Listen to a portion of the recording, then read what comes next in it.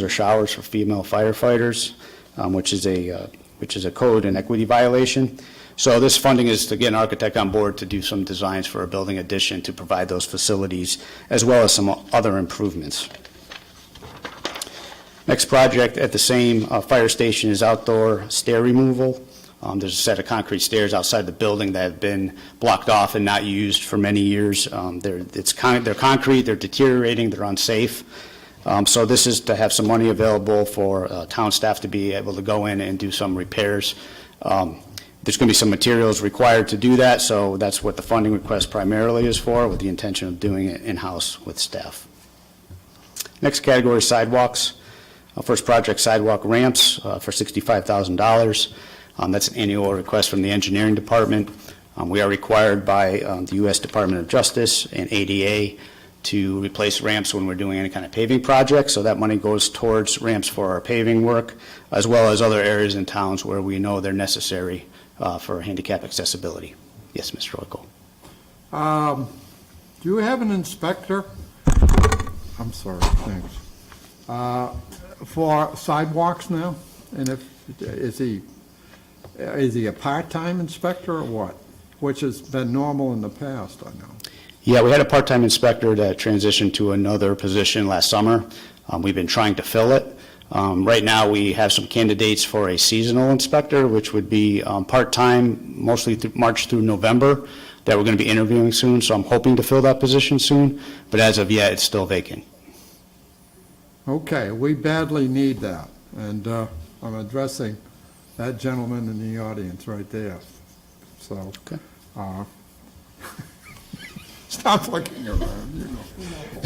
And anyway, no, seriously, the sidewalks in town are not in good shape, and I've been concerned that we haven't had inspections on them, and I've seen them marked up in the past, and I haven't, so I hope you fill that spot, and sooner the better, and I'm not saying we need to put in more sidewalks in town, because the people that don't have them don't want them, probably, and can argue that issue forever, but I wish you luck on getting that filled. So, Thank you.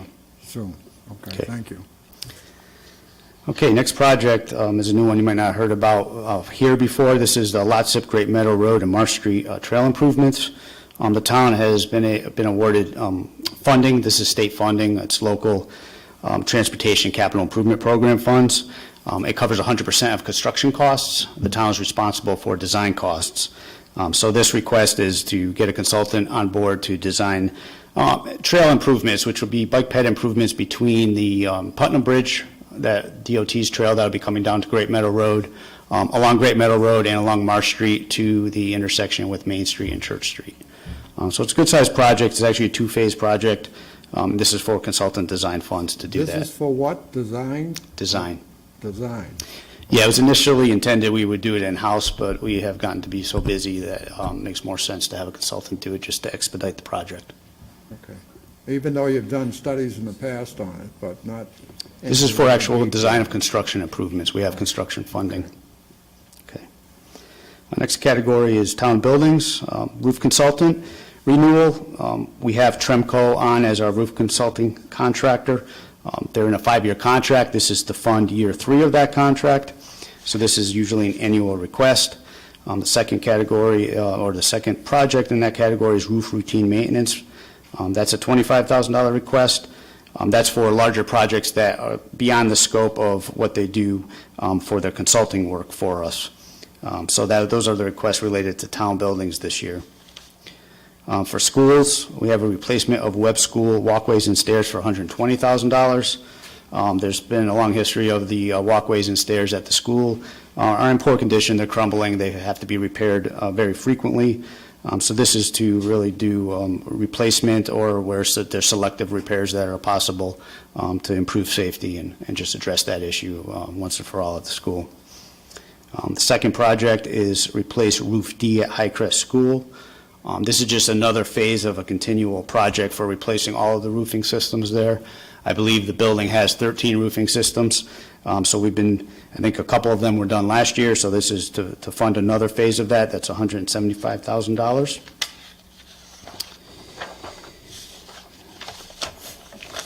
All right, next category is Parks and Recreation.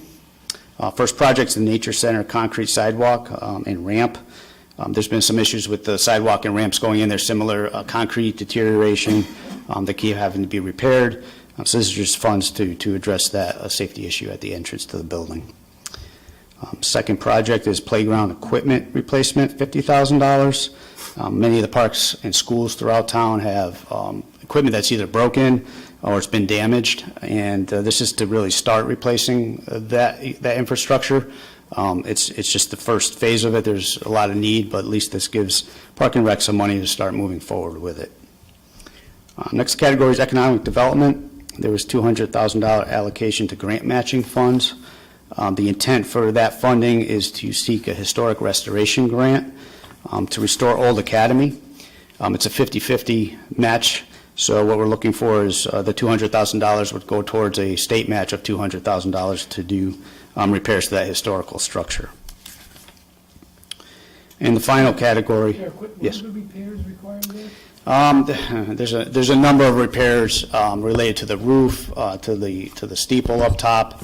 I believe there's some internal, external repairs. So it's something that's been on the list for a while. It does qualify for this type of a grant, so the town is seeking to get funding whenever they can for it. And the final category is communication systems. That's a new category we've added. This is related to town radio communications throughout town. So the first request is for generator replacements. This is $40,000. As I was stating, we have emergency response personnel and staff that use handheld radios. This is to keep the system operational and running. These funds will replace 2 generators at 2 of the 6 sites that we have that are in need of it right now to ensure we have backup power if needed. The second project is radio shelter HVAC replacements. Similar, these are replacements at some of the shelter sites. They're required to really keep the equipment and the servers in there operating at the optimal temperature. So some of that equipment's getting old and at risk of failure. So that is to start funding some of that work related to the radio system. So adding up all those categories came to $1.247 million or so. The committee was asked also to provide some additional funding recommendations in case additional funding is available. So you see down at the bottom of the list, the remaining projects, there's 4 more. They're adding some additional funds to some of the walks at Webb School because the funding that was recommended is partial, it's not full. The other one is related to replacement of the Copper Mill Road culvert. There was a $25,000 allocation, so this would be to add another $75,000 to match the $100,000 request. There will also be $100,000 to a grant matching. There's other grant funds that are out there that the town's looking at, so that was just one that was funded, but there's definitely other opportunities for us.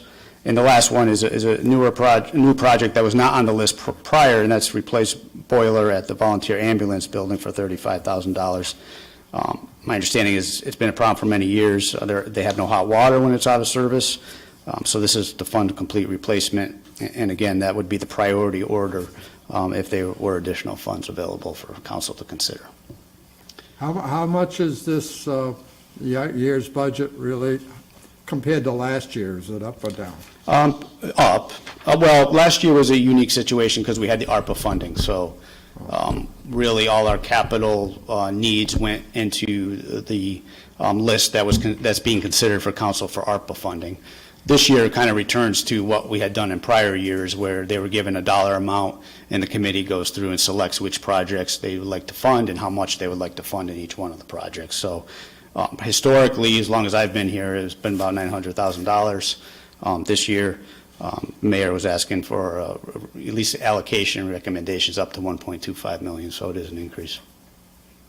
Thank you. All right, anybody else have any questions? Sure. Can you pull the thing? Just looking at the list, how does anything called maintenance be on this list and not on regular budget list. Like traffic sign maintenance, wouldn't you just have a budget that says every year we do? You know, and there's a lot on here that say that, but I don't know, it's just a comment, I guess, you know. Yeah, I On mean, this committee it's- years ago, I don't ever remember doing maintenance on capital improvement budgets, but. Yeah, I mean, certain departments could have it. I don't think any departments really have a signed budget. So considering that we have, we estimate about 3,500 signs in town, and suspecting a good portion of them will need replacement, we're considering as a capital expense. Some of that is really dictated by the cost. It'll probably be a six-figure project by the time we're done, but at this point, we're looking to start funding it. So that's just how it's been done here in town. Certainly, yes, you're right, there are other options. Like roof routine maintenance, 25 grand again. So that's going to show up next year again on the same list? I mean, as long as I've been here, it's been on that list. It's considered, maintenance of capital infrastructure. I know maintenance should be, I don't know, should be a capital item, but, okay, that means, capital items to me are like one time, I don't know, but, okay. What you do, that's what you do, fine.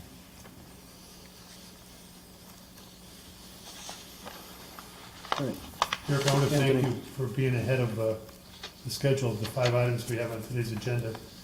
Your comments come in a couple days beforehand, even before the weekend, and I'm grateful for the work you do and how you could be ahead of the curve anyway with all the things on your plate. Appreciate it. Just want to mention that, so. Thank you.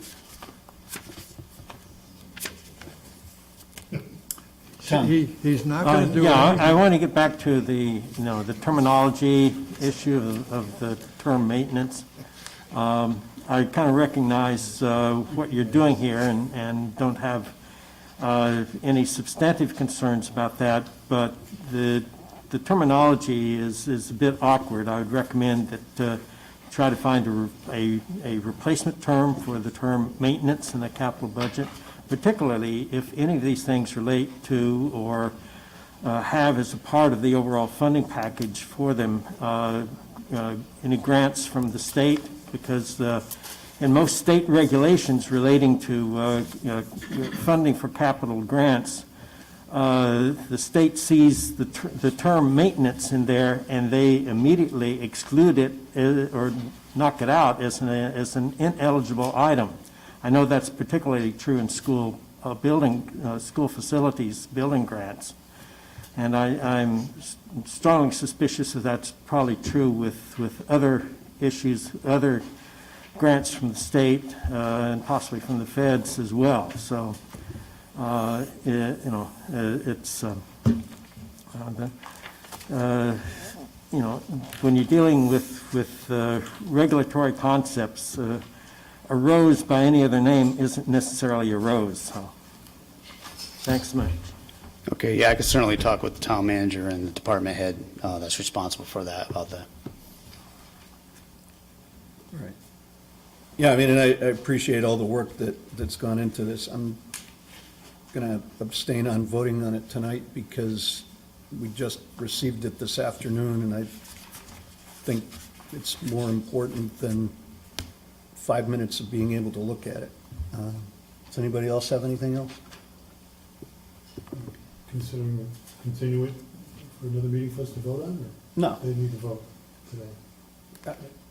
I assume you want to expedite the process and have this accepted by us today. Yeah, preferably. I mean, once it's approved by the commission, it goes to town manager and gets worked into the budget. That eventually goes to council. So, I apologize for the short notice. We've been unbelievably busy recently, particularly with funding applications that have taken our time away from some of this stuff. If you felt I absolutely had to come back, we could do that. But my preference would be to get the approval tonight and let the manager move forward. Yeah, I'm not, I don't have a problem. I probably would have the same thoughts 2 weeks from now that I do now. It's just, I sort of wish I had had time to look at it. Agreed.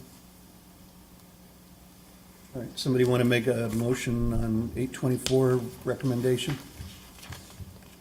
Make a recommendation to approve, Mr. Chairman. All right.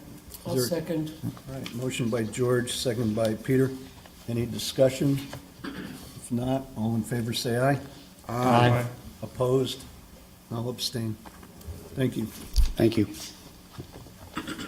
All right, next item, public hearing, 213423Z, Edward Alnas seeking special permit in accordance with Section 52D1 of the Wethersfield Zoning Regulations to convert mechanic shop to convenience store with associated interior and exterior renovations at 708 Silas Deane Highway.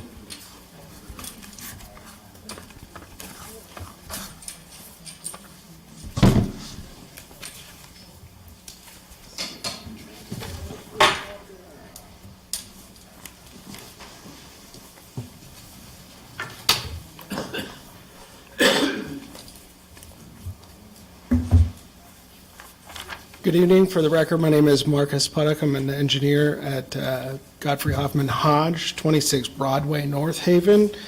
Here representing the client, or the applicant.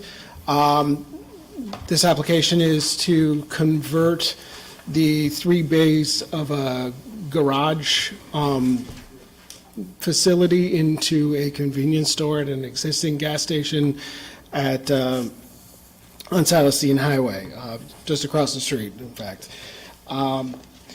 The applicants propose to, I guess if you can see it, the applicants propose minor renovations to the parking area, including the addition of a concrete pad for a dumpster with an enclosure in the rear of the building and some realignment of the parking in the front, as well as the sidewalk along the front of the building. And the major renovation of this, proposed in this project, is interior renovation of the space and essentially a facelift on Silas Deane's drive side of the building. We had some comments from the town engineer that we received last week. We've reviewed many of those with the town engineer and have come to some agreements on many of them. Certainly can run through them. In section 1, we're agreeable to A, B, C, D, E. Erosion controls can be shown. The MS4 permit can be provided. We can certainly add a detail for the proposed dumpster pad. The proposed landscaped area that is mentioned in H is the hatched area you see to the rear of the building. We would recommend that remain as a paved area. We intended to use that area for the maneuvering of both propane delivery vehicles as well as the refuse removal vehicles. So when they come to get the dumpster and whatnot, they'll need room to maneuver, and we'd prefer they not do it on grass.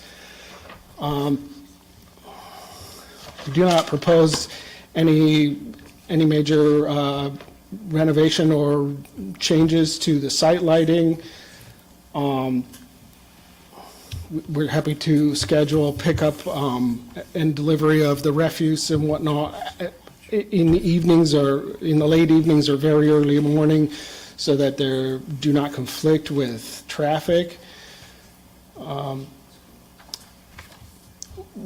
Currently, we show a requirement for it, based on your requirements of 21 parking spaces.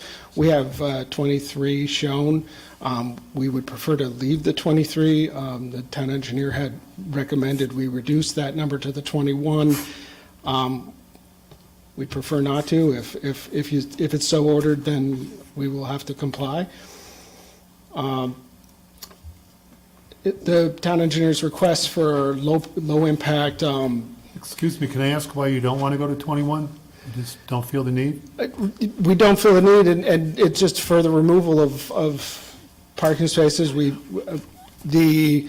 The Architectural Review Board, when we went before them, was quite concerned that we wouldn't have enough parking, that, the market should have ample parking for people to come to the market and use the market.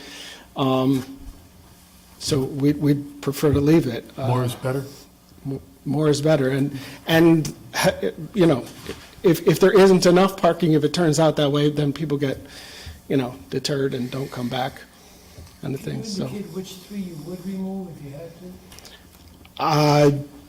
I would say it would be some of the ones just at the back, behind the building, near where the dumpster is, across from the dumpster, if we had to remove some.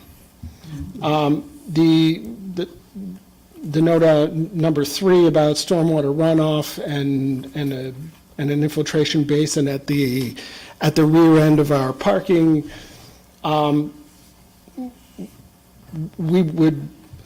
we are removing some of the pavement, the existing pavement that's there, and creating a little bit more of a grass space at the edge of that parking lot. However, we do not own that land. That is CLMP's land, and we cannot propose changing their land or regrading it in any significant way. So while we're adding some grass there, that will continue to allow the water to run directly off into the lawn and slowly dissipate into the ground. We do not propose any major renovation or changes to that area. His next question or comment, number 4, is about curb cuts and the driveway aprons, where there are 4, 2 on Silas Deane and 2 on the side road.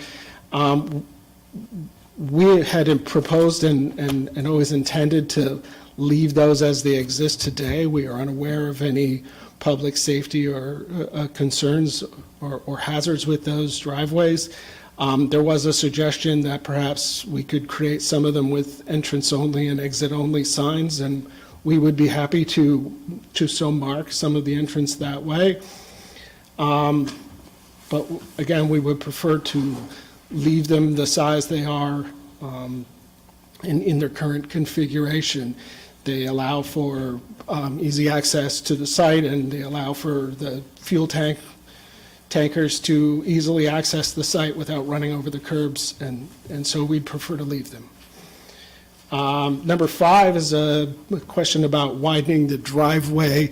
So this is the driveway from the front of the site to the back of the site along the side of our building.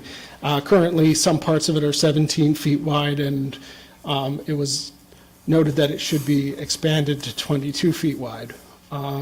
We'd be happy to expand as much of it as we can. At the front corner of that particular driveway, there is a set of bollards and the vent pipes for the underground storage tanks, which we would prefer not to encroach on too much and have people hit them. So we certainly would be happy to make that driveway as close to 22 feet wide as we can, with keeping that in mind, that there are some physical obstacles to that, which need to remain.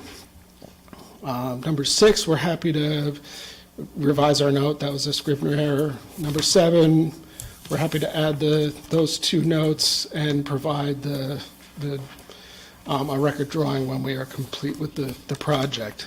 I'm just going to switch the pages, and just to show a little bit more of that this is the site plan. We'll show what the building looks like.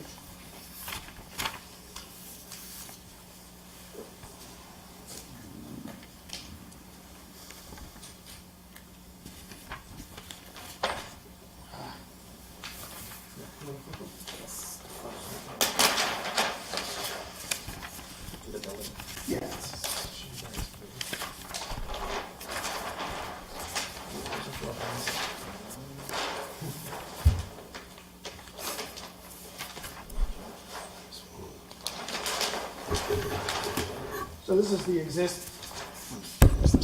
is the existing building. It has the 3 bays, a few windows and the front entrance, as well as the quick oil change bay at the end, which is proposed to remain. We are proposing to update the facade, add double doors for the new market, and a nice peaked roof with some added architectural details, and leave the quick lube Are doors those the at the colors end. of the new one? The black and Gray? Yes. This is what it is intended to, yeah, and it was this is what was approved by the Architectural Review Board.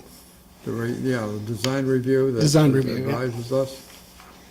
They went along with it? They did.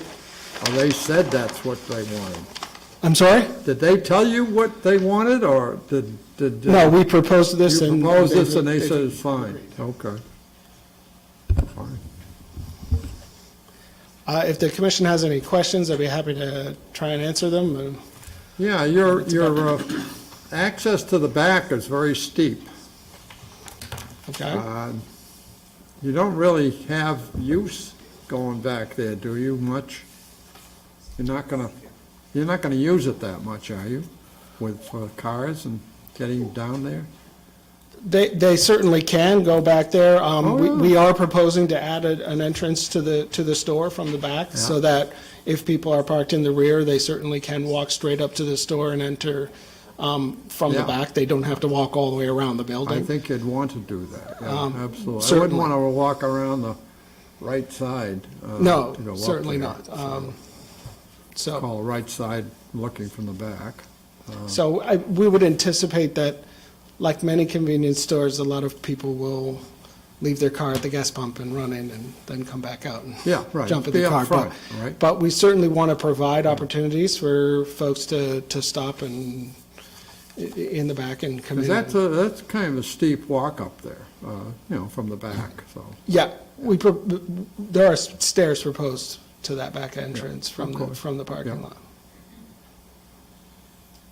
Okay. Dave? Yeah, Or I Dave, had a question. near Dave. First things first, will there be a sign that says parking in the rear on the Silas Deane Yes. Highway side? Okay. Yes. Because, I don't know if you've ever been to some Cumberland farms, during lunch hour, you're lucky if you can even buy gas there, because everyone's parking there to get their free coffee or whatever. Sure. But, the other thing that I noticed is, I would look at your ADA parking place for the sidewalk extension out past the driver's thing. And also, why is there, I'm looking at the signage, and there's no signage on the back that says, this is where my store is, this is, it's kind of like the front side is friendly, the back side's kind of like, okay, but, There is a sign above the door that has. yeah, I can see it in the blow-up, it says open. It's not as large, obviously, but there And is signage will provided. deliveries be made from the front side or the back side? I'm sorry? Deliveries to the store, To the back. okay.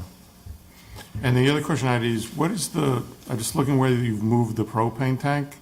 What is the process for propane? Do I go to the back of the store to get my propane, or do I walk through the store to have the tank filled? It was just a sequencing thing I couldn't figure out. I'm not, Okay. The sidewalk, the employee will go outside and help him. Usually the employee go outside and take it from the customers, and the employee will take care for him and bring it. Okay, I just couldn't tell from the diagram which way. The customer's not gonna walk. Okay. That's it. What do you guys think in the long run with the garage space that you're not using?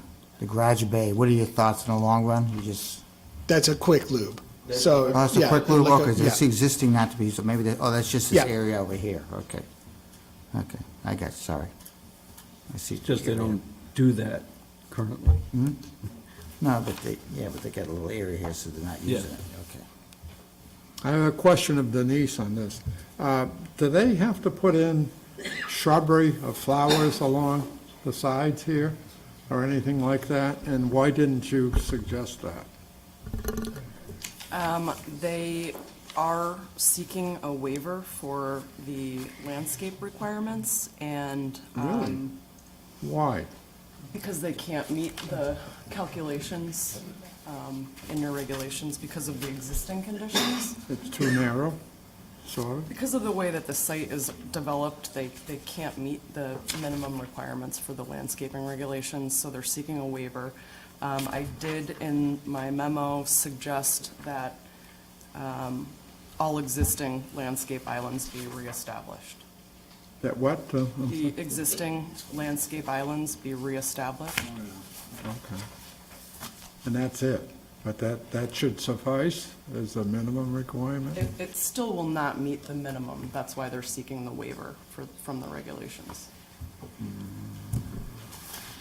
That's an important corner. I'd like to see a little bit, a few more flowers or flowering shrubs or something along the right-of-way. I know it's narrow on both sides there, but I'd like to see that. Sorry. And again, it's kind of hard. I go in and look at these sites in the middle of winter here, and it's kind of hard to envision that kind of thing at this point in the year, but still, I'd like to see a little more through the site, especially if you're going to use it down back there. We can assume everything we have in the plan. So George, are you looking for an updated planting plan? I would like to have something, at least down along the entryway to the old Wethersfield, that side, would particularly, I think, desirable. I don't care how minimum it is. I really don't. It's just something. Plantations and more scrubs on the front. Yeah, If you're going to talk, please come up to the microphone and identify yourself. a line of flowering plants or shrubbery, I mean, it'd be better probably, that flower. Minimum, I don't care how small or big it is. Hi, my name is William. I'm at the park, working with the GC for that site. Just asking, is you're suggesting to have more flowers and more shrubs in that Well, area? a little bit. More plantations, Yeah. to make it look nice. We can definitely add more, flowers and make it look nice at the entrance. Yeah, and along add the more north side of the plantations and make it building, really yeah. nice, make it welcoming and nice with some scrubs, Yeah, a little flower, bit. bushes, and make it really nice. It doesn't have to be a lot, just some, We make it up to the taste. Make it yeah. look And nice. I thought we normally required it. I don't like to see a waiver on it. That particular location in town is important to me, and it is to people in Wethersfield.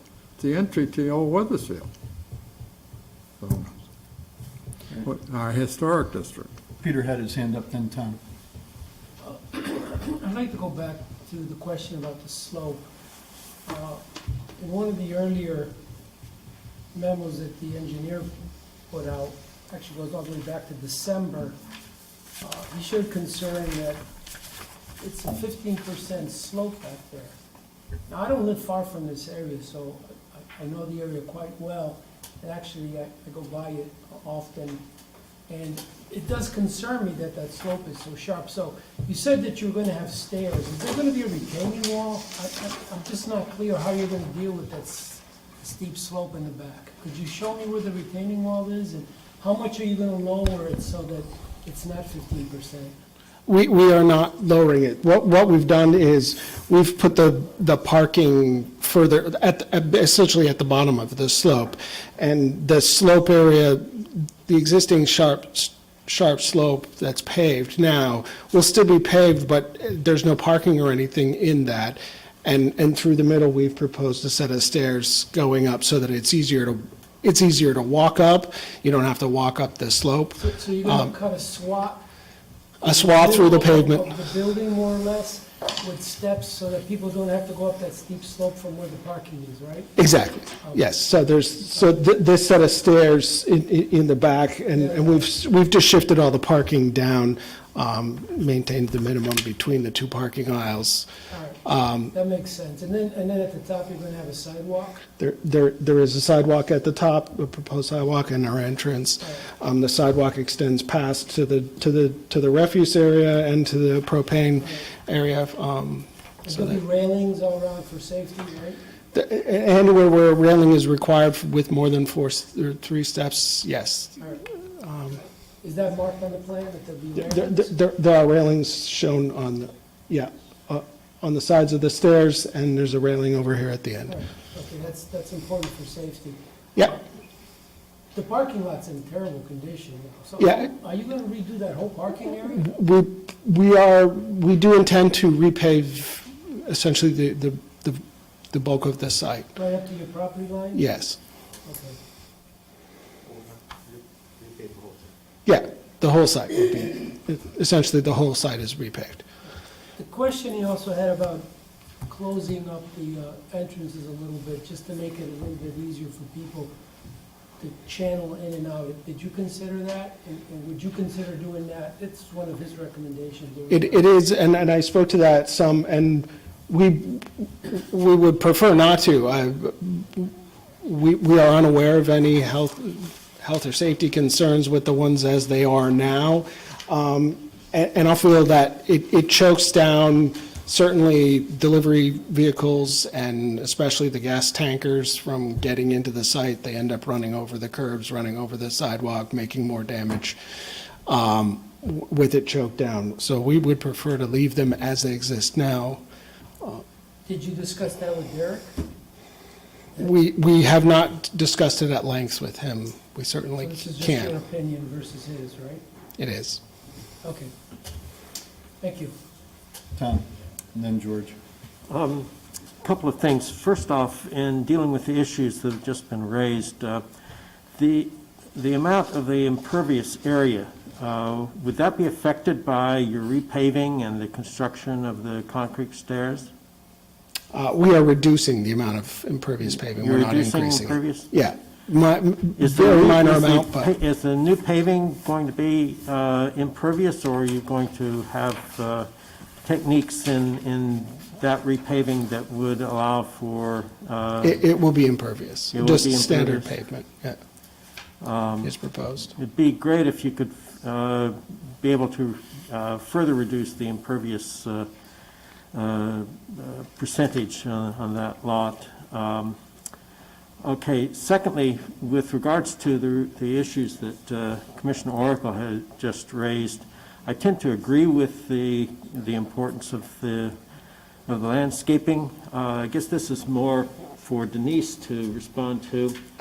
In terms of dealing with that issue, would it be appropriate to grant the waiver, but include a condition in the waiver to require that they submit a replanting plan that is subject to and conditioned upon approval by the staff to deal with that issue, that would accomplish both addressing the issues that George raised, as well as granting the waiver that the applicant has requested? Yes, I think I would just ask that the plan be updated to reflect the 4 calculations that we require and what the specific deficiency is. And yes, I think that the planting plan could be provided as a condition of approval. Okay, so our motion should kind of, specifically include, the language that you've just indicated. Okay, thanks. George, then Paul. You may not like having your entryways reduced, okay, as suggested by the town engineer, Denise. They're only suggesting it to you because the state will require it. Remember, there are 2 state highways there at your intersection. Okay. And they'll be taking a hard look at that, and they normally don't like those wide driveway entrances that gas stations have had in the past, and so the experience here in town, their experience is to suggest you narrow them up somewhat over what you used to have. Now, I know that's difficult for some of your attached trailer apparatus to get in and out of there, but they're doing it because the state will probably tell you if they don't. So they're trying to do you a favor ahead of time and trying to be good about it. So that's all I wanted to say. Thank you. Okay. Paul. I think I'm reading it correctly, on the corner where the intersection is, there's a planter or something raised there now. What's the treatment going to be on the corners? Right there. Northwest corner? Yes. We were going to maintain the existing planting and replant it if need be to improve that. It's a whole island right here. Yeah, that's, and then what will you have for anticipation for signage in there? There is a whole sign like here. The existing sign that's there, yes. That's- Yep, that's- yep, okay. Thank you. yep. Anybody over here? Okay. Anything else from the commission at this point? Is there anybody in the public that wants to comment on this application? Anybody in the public? All right. If not, do we have any final comments or questions for the applicant before we close the hearing? Let's take that as a no. Somebody want to make a motion to close the hearing? I'll make the motion to close the hearing. Second. All right, motion by Tony, second by George. Any discussion? If not, all in favor, say aye. Aye. Opposed, abstentions? Okay. Someone want to make a motion to start discussion? I'll take a stab at it, that we approve public hearing 2134-23Z for a special permit according to section 5-2D1 of the Wethersfield Zoning Regulations to convert mechanic shop convenience store with associated interior and exterior renovations at 708 Silas Deane Highway with reference to our town engineer's memo dated March 3. All items within, issues within item 1 will be accepted and implemented by the applicant, with letter H, 1H remaining as a paved area. Item 2, we'll be keeping 23 parking places. Item 3 will remain, the site will remain as is. Item 4, signage will satisfy this request within item 4A and B. And they will accommodate as much as possible within item 5. The widening of the 17 feet will attempt to be as close to 22 feet as needed. And items 6 and 7 will be accepted by the applicant. They will be repaving all of the property. And there will be a waiver for the landscape with a site plan, the site planting plan to be reviewed by support staff. And the site plan will show the amount of the landscaping waiver required. Oh, yes, I'll accept that. The amount is, Second. All right. Motion by Tony, second by George. Any discussion? Just to check, Denise, is the contents of that resolution acceptable in its language and covers all the issues that you think have been raised? I think that it does, yes. Thank you. All right. Okay, any other discussion? If not- I'd just like to Sure. ask about the closing up a little bit of the entrances as recommended by the engineer and as reinforced by George. What have other properties done recently on the Silas Deane? Because it's very busy there, especially in that corner. Denise, is this something that we're expecting more and more people to do? Should this be something we ought to consider here, I guess is my question. I mean, I think it's really a case-by-case basis, depending on, the property before you, but I do think that this is something that will be a recommendation made going forward, if warranted. Yeah, I mean, I think, my take on it is that if they were knocking the building down and rebuilding something, that would certainly be a much more legitimate and urgent request on our part. At this point, it's frankly just a change in use and repaving the back.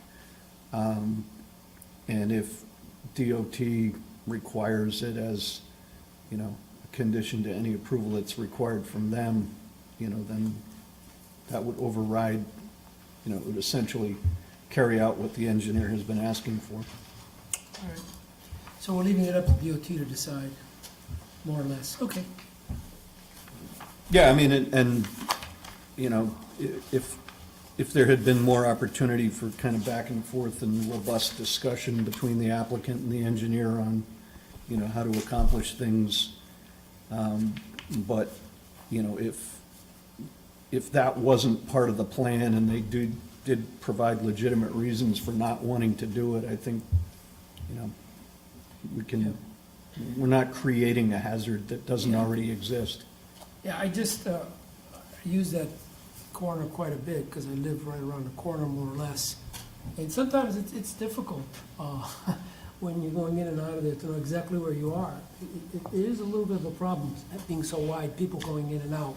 So in my opinion, I think some sort of reconfiguration would make it safer. Now, that would require them to work with our engineer, and, I mean, I don't want to hold this up, but I think it's something we ought to be considering, especially on the Silas Deane, you know, as more and more properties come forward with changes.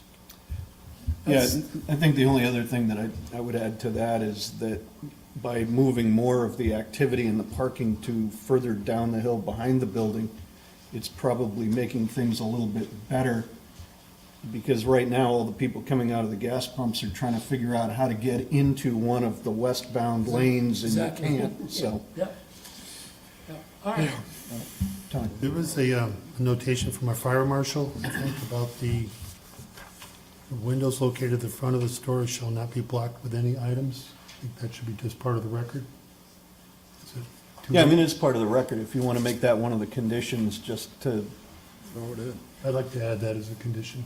all right, were you okay with I'll that? accept that, yeah. It's a good Okay. idea. All right, anything else? If not, all in favor, say aye. Aye. Opposed? Abstentions? Thank you.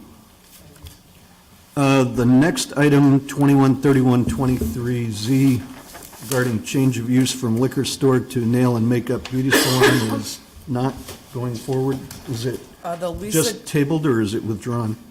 the application is withdrawn. Okay. The tenant is not going to go forward with that location. Okay. Thank you. That would have been the quickest one, probably, so.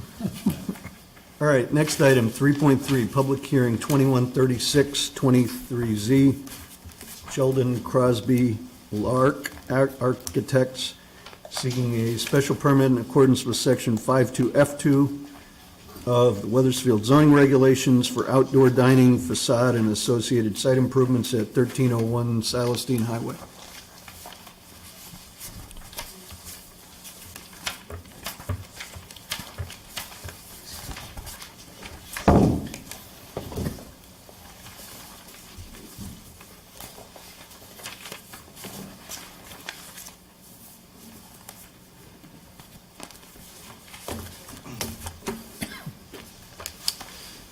Good evening, everyone.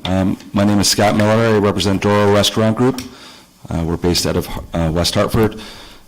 Sheldon Crosby is our architect, and unfortunately is not available this evening. Once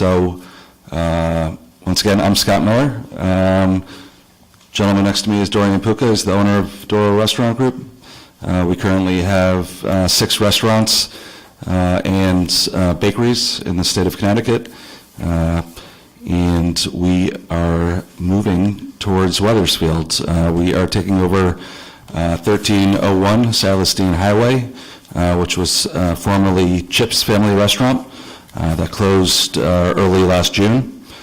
In general, we are just redesigning the interior space to make it more of our brand. As I mentioned, we have 6 restaurants. This will be our third, what we call Doro Marketplace, which is more of a store than a restaurant. We offer a good variety of retail items, as well as quick service pickup from 7 a.m. until 8 p.m. We do not offer any liquor on premise, so we are primarily open during the 3 meal periods. We offer coffee and homemade breads and croissants and breakfast pastries and hot breakfast starting at 7 a.m. And then we move into a lunch and dinner period later in the day and lock up at 8 p.m. So the discussion tonight is more in regards to the exterior changes to the building. So if you're familiar with 1301 Silas Deane Highway, it sits out in front of the strip center and has a light wood shingle that is covering the exterior of the building, and a variety of different signs that represents the former restaurant. We'll be completely changing the color scheme of the building, going from that light tan and green to more of a white, using those same shingles, but painting them white, and black. Black we use in our color scheme throughout our other two Doral marketplaces, on a variety of different things, from just our signage, and we also incorporate some what's called brown brick, but it's basically a black brick. It's a very dark brown that will be changed out at the base of the structure of the building. Also, the former restaurant in 2020 put in an application, I believe it was 2020, for outdoor patio space. And unfortunately, that the application has lapsed. So we are pretty much asking for the same type of space to be used outside. We have some drawings of what we anticipate that space looking like. The ground will be covered with pavers. If you're familiar with any of our properties, we do take a lot of time and pride in what the exterior of our structures look like, whether it be plantings. We plan on making the outdoor patio,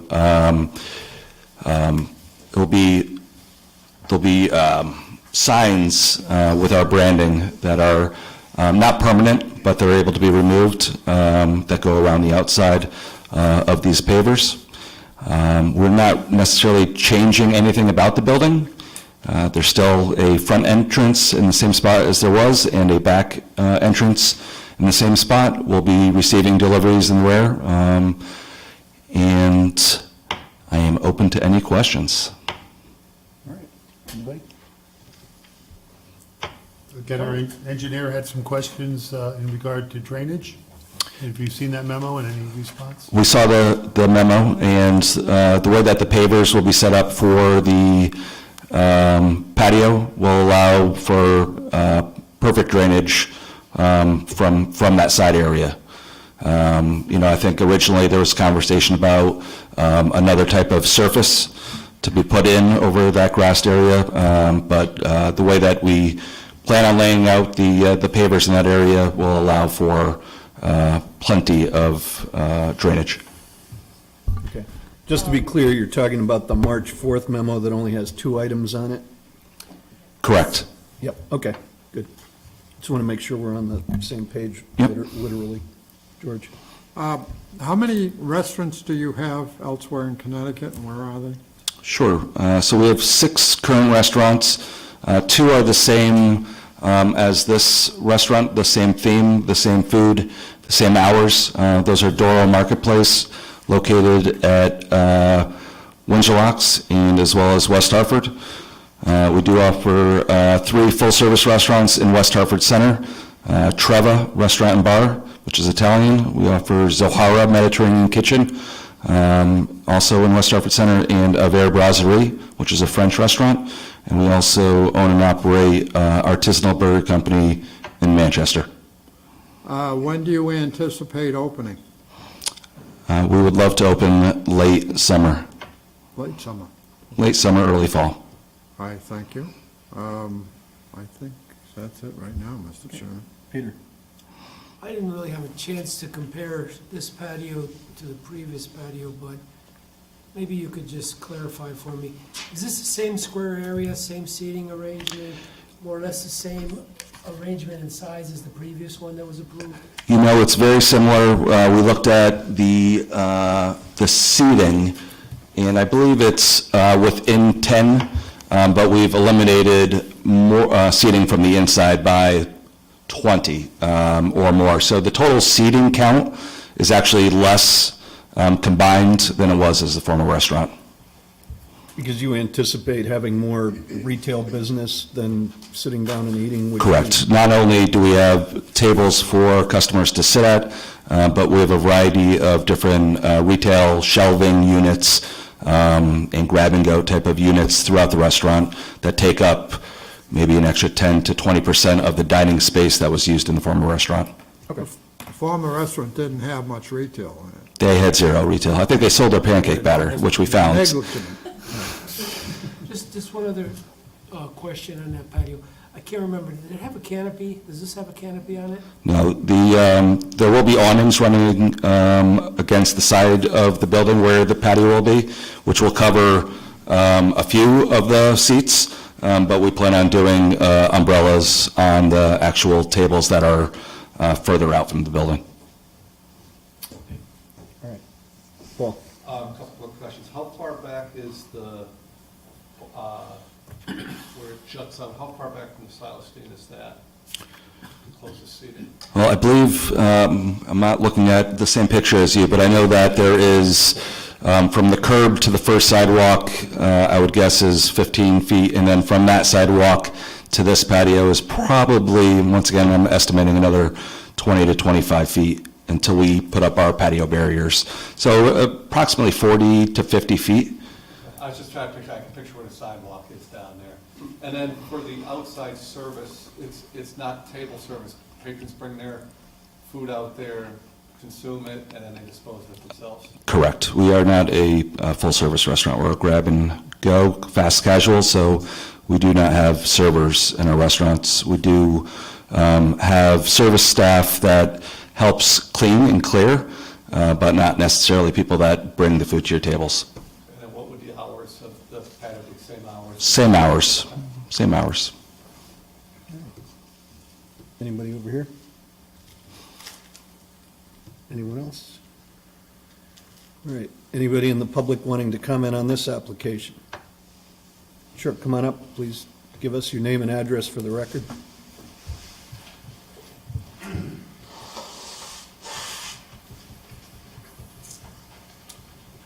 Good evening, Mike Panic, 1260 Silas Deane Highway. We're directly across the street from the former Chips. Some of you may remember me.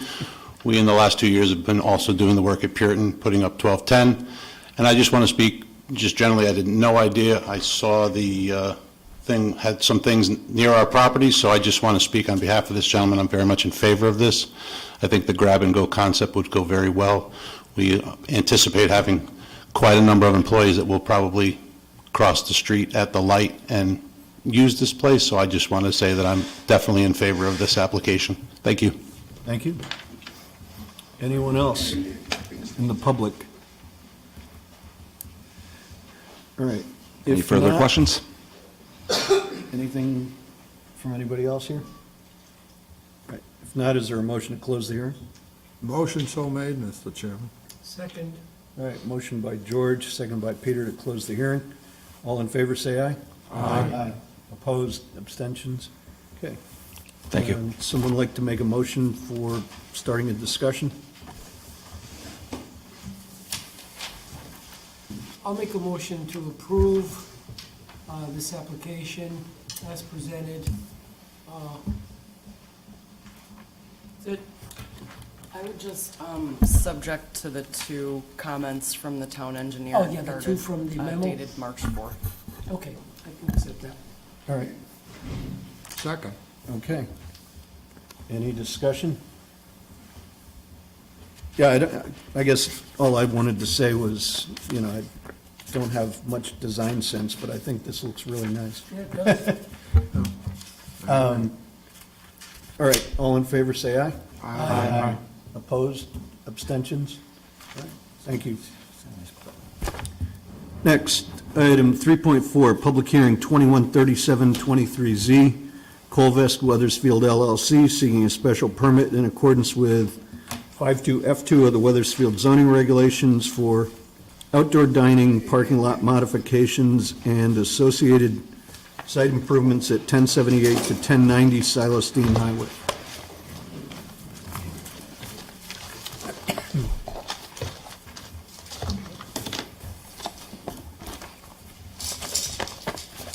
Good evening. For the record, my name is Megan Hope. I'm an attorney with Alter and Pearson in Glastonbury. I'm here tonight with Peter Lapointe. He is the vice president of the Colvest Group. They are the property owner. Also here with me tonight is Dana Steele. He's a professional engineer with J.R. Russo and Associates.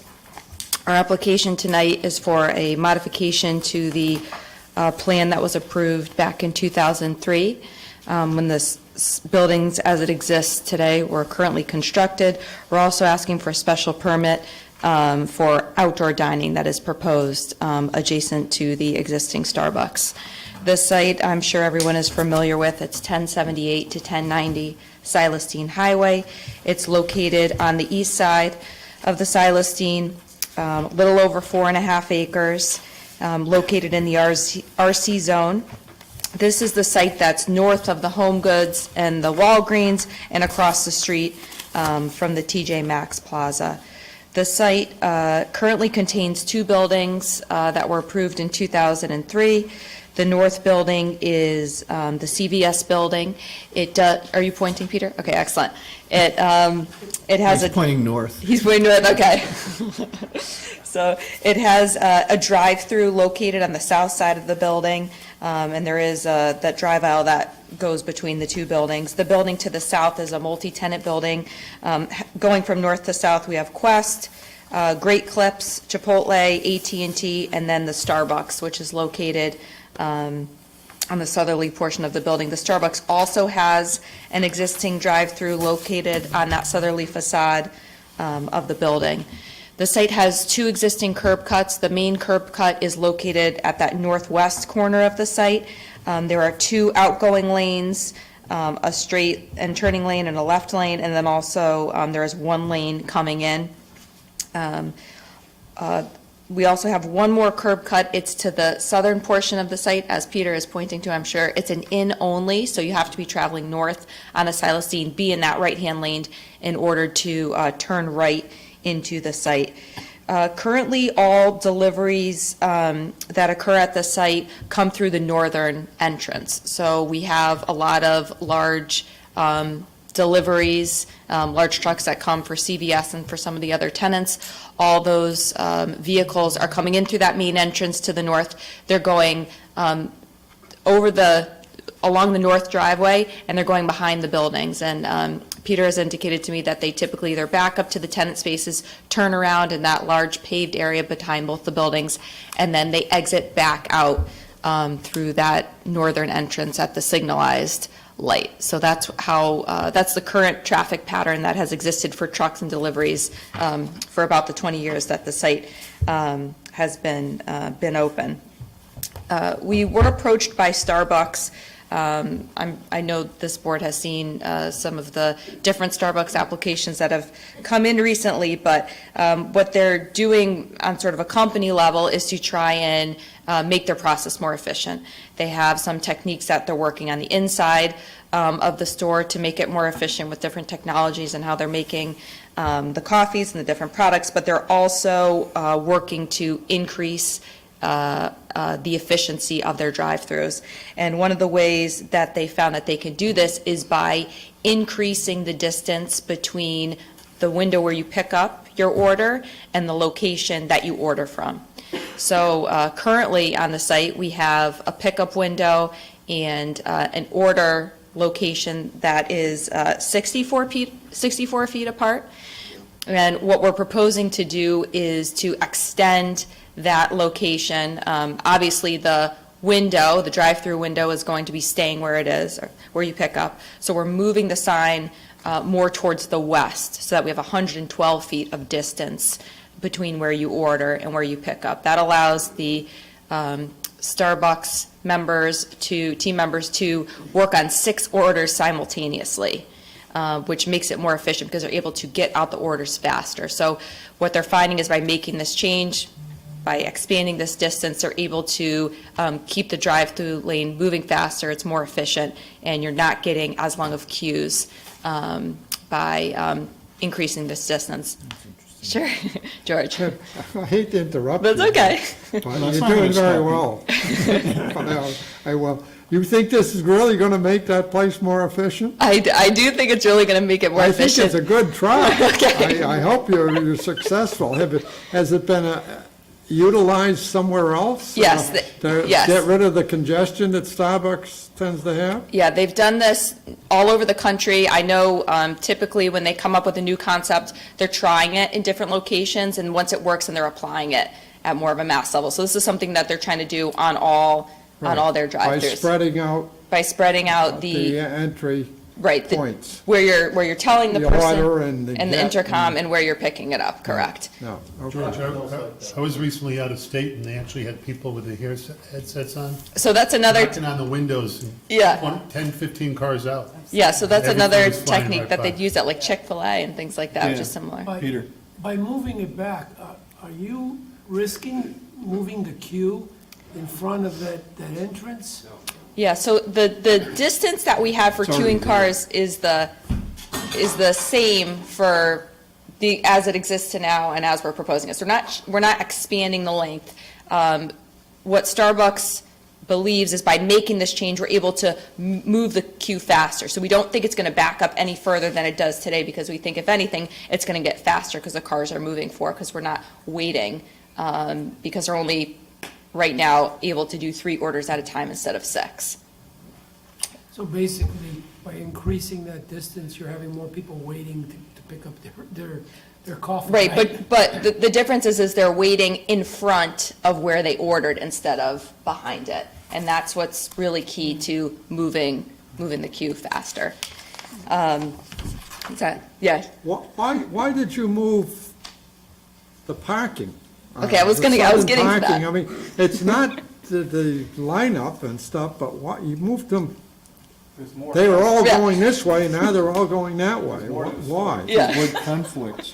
I'm only on my first page. I got a whole nother page to Yeah, talk let her about. tell the story. Okay, so and maybe Peter, before you sit down, if you could just point where we're adding the outdoor dining. So we're taking two parking spaces on that southwest corner of the building, and that is going to be converted into the outdoor dining area. It's going to have a fence around it, some curbing and landscaping, but that will provide an outdoor dining area that's not currently there. That's an additional 24 seats. They'll be in addition to what's inside. So let's talk about the parking orientation. So one of the comments that Starbucks provided to us is that because the queue typically is along that southern portion, that even though there are breaks where somebody could drive their car to the south to go around the building, they're really not able to because their car's in the queue. So they had asked if we could find a way so that somebody could be within that parking area and they could exit it without having to get to a point where they're either cutting through the drive-through or they're trying to do some sort of weird K-turn. So what we did with this portion of the site is we turned the parking spaces 90 degrees. And by doing that, what you notice is that we don't have that sort of hammerhead situation where somebody is coming right up against the drive-through and maybe unable to penetrate it because of the queue. So now, if you're in those southerly parking spaces, you can go out to the east and west and recirculate internally within the site. From a planning perspective, that's typically how you do lay out parking spaces, where you have the drive aisles perpendicular to the front side of your building, so that when you get out of your car, you're walking down the drive aisle into right into the tenant space or to the store that you're going for. So the way we have it proposed is actually more typical, and if you're thinking in your head, I know I am, of like even across the street at TJ Maxx or something like that, you're typically getting out of your car and you're walking down the drive aisle into the tenant space. So we're kind of mirroring some of the best practices with what we're trying to do in this proposed condition. We do have, with that reorientation, we've kind of strategically placed landscape islands to delineate the drive aisle areas. We've added trees and shrubbery as well. As far as what exists today and what is proposed, we have no change in the impervious, so it's the same as what it is today. It's just a sort of reallocation of where those parking islands are. A little less, but we're very, very close. Let's see what else here. Will the new rails that you're putting in to prevent traffic to go into the drive-through lane, will that create any snow removal issues with plowing? Yeah, Peter, go, I'll let Peter answer that. Actually, just the opposite. We have a guardrail now on the other side of the drive-through, and he's able to push snow underneath it when there's a small amount of snow, and it either lofts over or it gets pushed to the back of the site when there's a large amount of snow. Our concern with the drive-through is that's the way the site drains, and we didn't want to do anything to block the drainage or to constrain the drainage and make it a stream. We want it to be a sheet. And the guardrail does that. It prevents the conflict with the drive-through, but allows the stormwater to flow through. That's why I was just wondering if snow collected on that guardrail, whether it would prevent the proper drainage. But I think it'll be removed. It should You can not, push it and through. that's, right. Yeah, and it's pretty much a cliff down to the property Yeah, below it. just push it over It is a the cliff south side. for the growth. And Peter, if you could maybe just point out, we are, with the way we're reallocating that lane to get into the drive-through, we do eliminate 5 parking spaces that are along the Silas Deane Highway, and we're re-landscaping that area, so we do think that will look nice, and just with the way the drive-through queue works, it doesn't really make sense to have those parking spaces on the other side of the drive aisle. The drive-through lane that's on the south side for Starbucks is getting narrowed slightly. It's obviously a single lane. Peter's going to point out where once you get to a certain point, we do have the width where if somebody ordered and then decided they didn't want their food or whatever, they can head over to the south and circle around the back of the site. As I had mentioned earlier, it's all pavement So marking. you can bypass the window. You can bypass the window if you got to go. We're not expecting, as I mentioned earlier, we don't have any trucks or deliveries like that who would be in the queue trying to get back. Nobody is coming through this drive-through unless you're a passenger car going to Starbucks. So we don't feel that there's an issue with the way that we've restricted that slightly as far as the drive-through is. Let me see. We do have a very minor addition to the back with a new walk-in cooler. It's going to be, it's very small, it's about 16 feet or so. Yeah, Peter's going to show you the elevation long. And it's going to be, it's, I think, 9.5 feet tall. Right back there. So that's right off the southeast corner of the building, so right past the pickup window. That is going to be clad in the same type of siding that's on the front of the building. And we did show that to DRAC at their meeting a couple weeks ago. We located back in the back corner of the building. And the only other thing that I was going to show is that we do have, Peter, do you want to show them maybe the menu boards? We had showed those to DRAC. Obviously, one is just being relocated. And then we do have a pre-menu sign, which is a new sign, and that's located even further to the west from where the order is, and that helps the customers get ready. So you first go to the sign with all the pictures, kind of think in your head what you want to order, so when you get to the actual spot, you hopefully can order fast, so they can make it fast and you can leave. So that's another technique that they found is helpful in getting people to decide faster what they're looking for to order. It's kind of like the magazines at the doctor's office Yeah. to amuse you while Yeah. you're sitting there. Yeah. So we didn't get a memo from the fire marshal. We did reach out to him to see if he had any concerns. He did not. He did ask Peter just to confirm that we had curbing and some protection around the patio, which, as I mentioned, we did.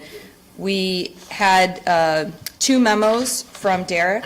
The first memo we received on March 3rd, I believe, and we submitted a response on the 6th.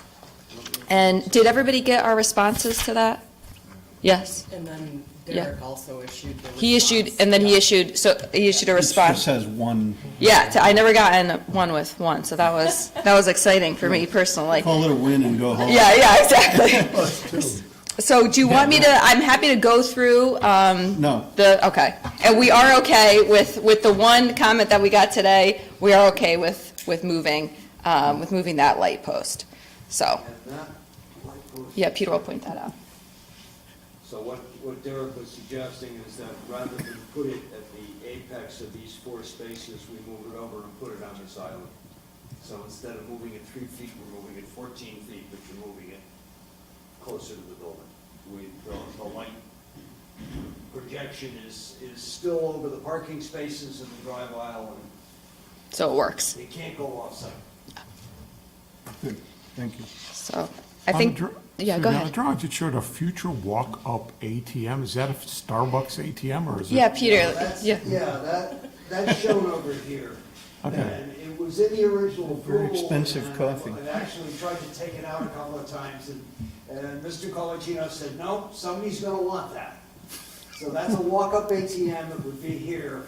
Okay. Yeah. But it We're still waiting for the, Excuse me? Will it belong to Starbucks? No, it would belong to us. No, it's so they can Okay. afford It would belong to Starbucks. Yeah. A bank who would want to put their ATM Okay. at that location. Okay. So to sum this all up, the parking spaces are getting pivoted Right, from Why? pointing towards the store to north-south. right, which gives you, when you come in, then it gives you 2 drive aisles you can go down, plus, actually 3, plus the Starbucks drive-through. So All you've got- right, so you've people got don't have to choices. weave in and out of the cars. Right. Then you got new outdoor seating, it's got a curb around it with some rail protection. It's got a curb, it's got a rail, and it's got a Landscaping. landscape barrel buffer between the patio and the curb. Okay, and then a longer drive-through queue with a couple of new signs. we have the same, Yeah, right. yeah, same length queue. It's a little bit of a different, Yeah, Yeah. the capacity of the queue is the same, it's Okay. still 14 cars, although we're showing 13 here. And so we haven't increased the capacity of the length, we've hopefully increased the speed. Yep, you're just moving just moving. the signs is the That's biggest, moving the correct, sign. Yeah, for And putting efficiency. And hanging a freezer off the back. correct, Okay. yes. George? Yeah, I think your configuration will also help something that somebody said to me. Okay. And I think only one person in the last 20 years said this. But why do you have the singular driveway coming off the Silas Deane?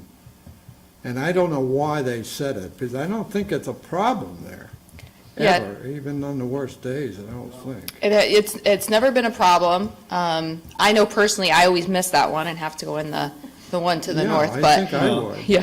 But I bring it up that somebody did mention it. Yeah, I don't know, Peter, At least I one know you were person, involved with the maybe two. original plan. What was do you know what the intent was behind Yeah, that second the curb feeling cut? was it would, if you're coming up and stop at the light, then you're developing a queue on a state highway. In their view, in the state's view, this got people off the state highway faster. And it hasn't backed out onto the Silas Deane on any occasions that, Even during COVID. that your That's- management has told you? It has I on hang this. out there a lot, and it never goes out in the silos. Oh, The- okay. The good. one time I tried getting there to take somebody to Quest, it was backed out to the Silas Deane, and I was stuck between the Silas Deane and the parking lot for 7 minutes. Oh my gosh. Wow. And that was during COVID? No, that was like 2 months ago on a Saturday morning. This So I lot- think this is all good. Yeah, this lot does fill up. That's a. Oh, yeah. Well, I mean, and it was, people were driving over the curbs to get around each other. my It was just a menace. The other, just one other comment on the outdoor seating, like, I think changing the parking is great. I've sat outside there, and I'm always waiting for somebody to drive through the friggin' store. Yeah. When they're back in there and whatnot. So just from a safety perspective, I think it's great. Well, I'm waiting for Pizza Hut to come back. No, I mean, the other thing, not gonna like those spaces disappearing when the Tom. police office Yeah. park. Yeah, I kind of sense that my assessment is somewhat similar to my peers on the commission. So it sounds like, it's a fairly good and very, moderate modification of what exists. The thought occurred to me as I was reviewing the materials, though. You're increasing supposedly the productivity of the employees in processing orders by 100%. That's a fairly, that's more than a modest increase in efficiency. Do you anticipate that there will be any any additional stress or labor issues that arise from this kind of thing, and has any thought been given to any issues relating to employee safety, OSHA violations, that sort of thing? Has that been taken into consideration in your planning? In addition to increasing the productivity, they also increase the number of employees. And so one of the things this does is add jobs. Hence the cooler. They need more room for more people. So how many additional employees will this require beyond At what least exists? one per shift, and the busy AM shift, maybe more than one. Okay. They've done this, they've been doing this on what we have in Springfield, and they've added additional employees in the morning. Okay. Have there been any issues relating to employee safety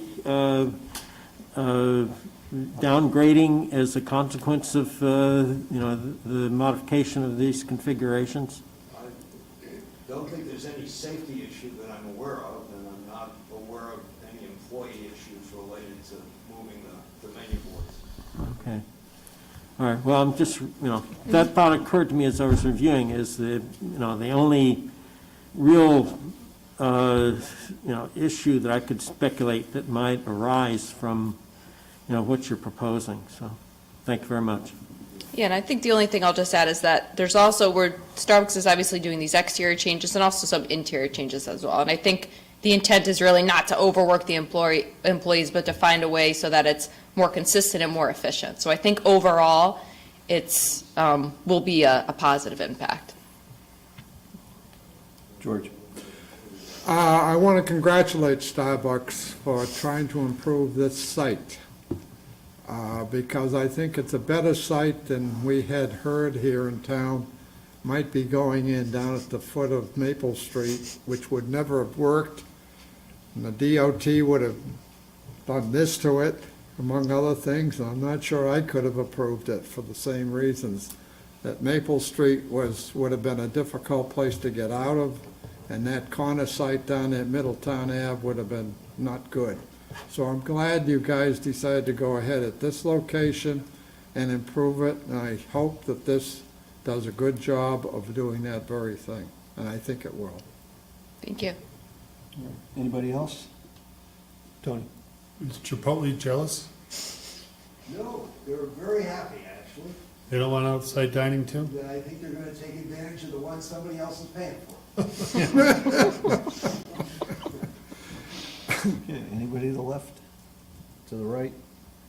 Anybody in the public want to comment on this application? Sure.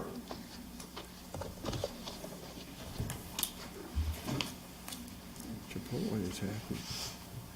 Again, Mike Panic, owner of 1190, 1206, 1260, and 1210 Silas Deane Highway. I just want to speak in favor. I'm not sure that it's necessary, but I definitely am in favor of this proposal as well, and it comes from a man who's, for 57 years, never had a cup of coffee. Never. Thank you. Thank you. Anybody else in the public? All right. If not, do we have any further questions or comments for the applicant? Seeing none, does somebody want to make a motion to close the hearing? So moved. Second. All right, motion by Tom, second by Peter to close the hearing. Thank you. All in favor, please say aye. Aye. Opposed?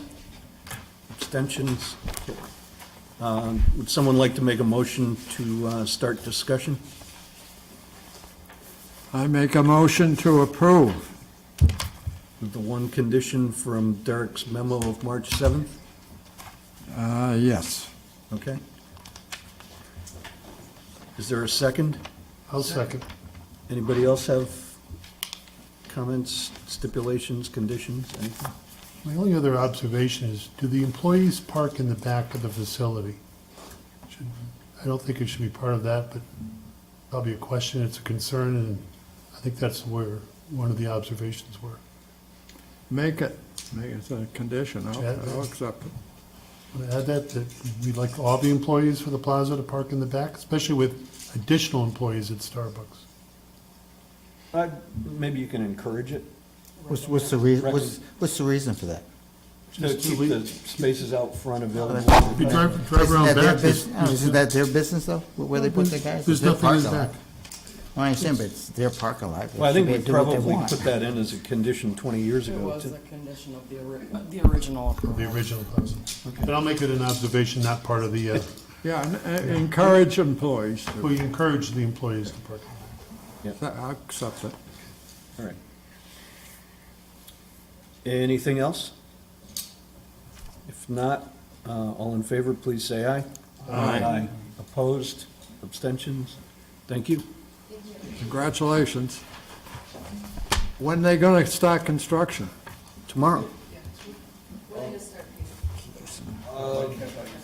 We should be able to start this spring Okay, and get it good, done fairly quickly.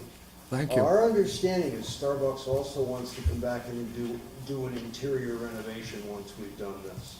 So they're gonna invest more money in the location. Beautiful. Thank you. Wonderful. The tax collector and assessor will be happy about that.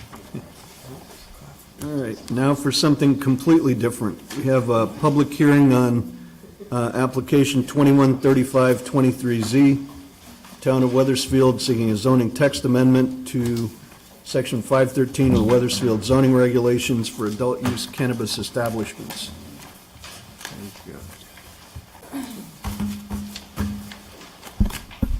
Okay, so the draft regulations before you are the result of initially approving medical marijuana regulations in 2018, and the state adopting new regulations in 2020 for adult use cannabis. This issue came before the town council in January of 2021, and there was a moratorium for a period of 1 year that expired in December of 2022. So what you have before you is a compilation of some of the regulations from other communities that seem to make the most sense, just for discussion purposes. And we've received some correspondence, I'll just note, email dated today from Thomas Carson.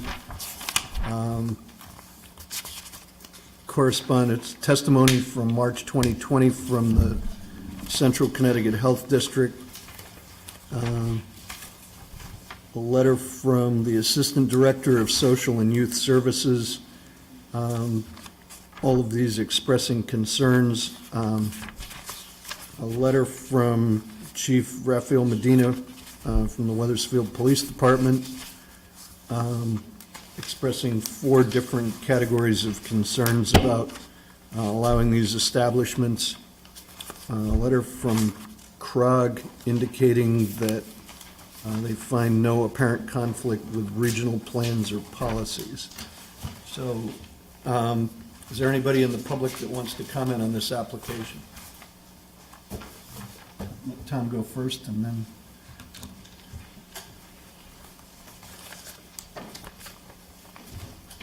Good evening, Tom Mazzarella, 600 Walcott Hill Road, speaking as a resident of Wethersfield and also as a liaison to the town council.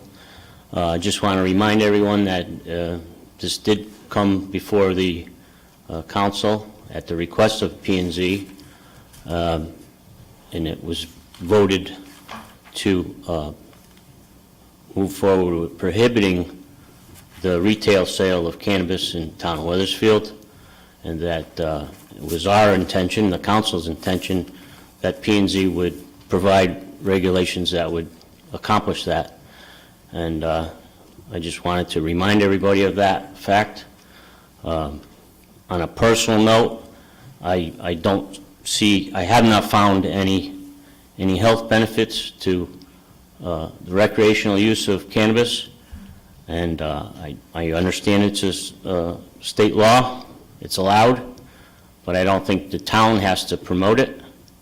And I think that, and one of the letters in particular that you received tonight from Mr. Carson, I think he did an excellent job of wording that better than I can, but I don't think that's what the town needs to stand for. I'm very concerned about the increased use in town, the increased availability to underage users.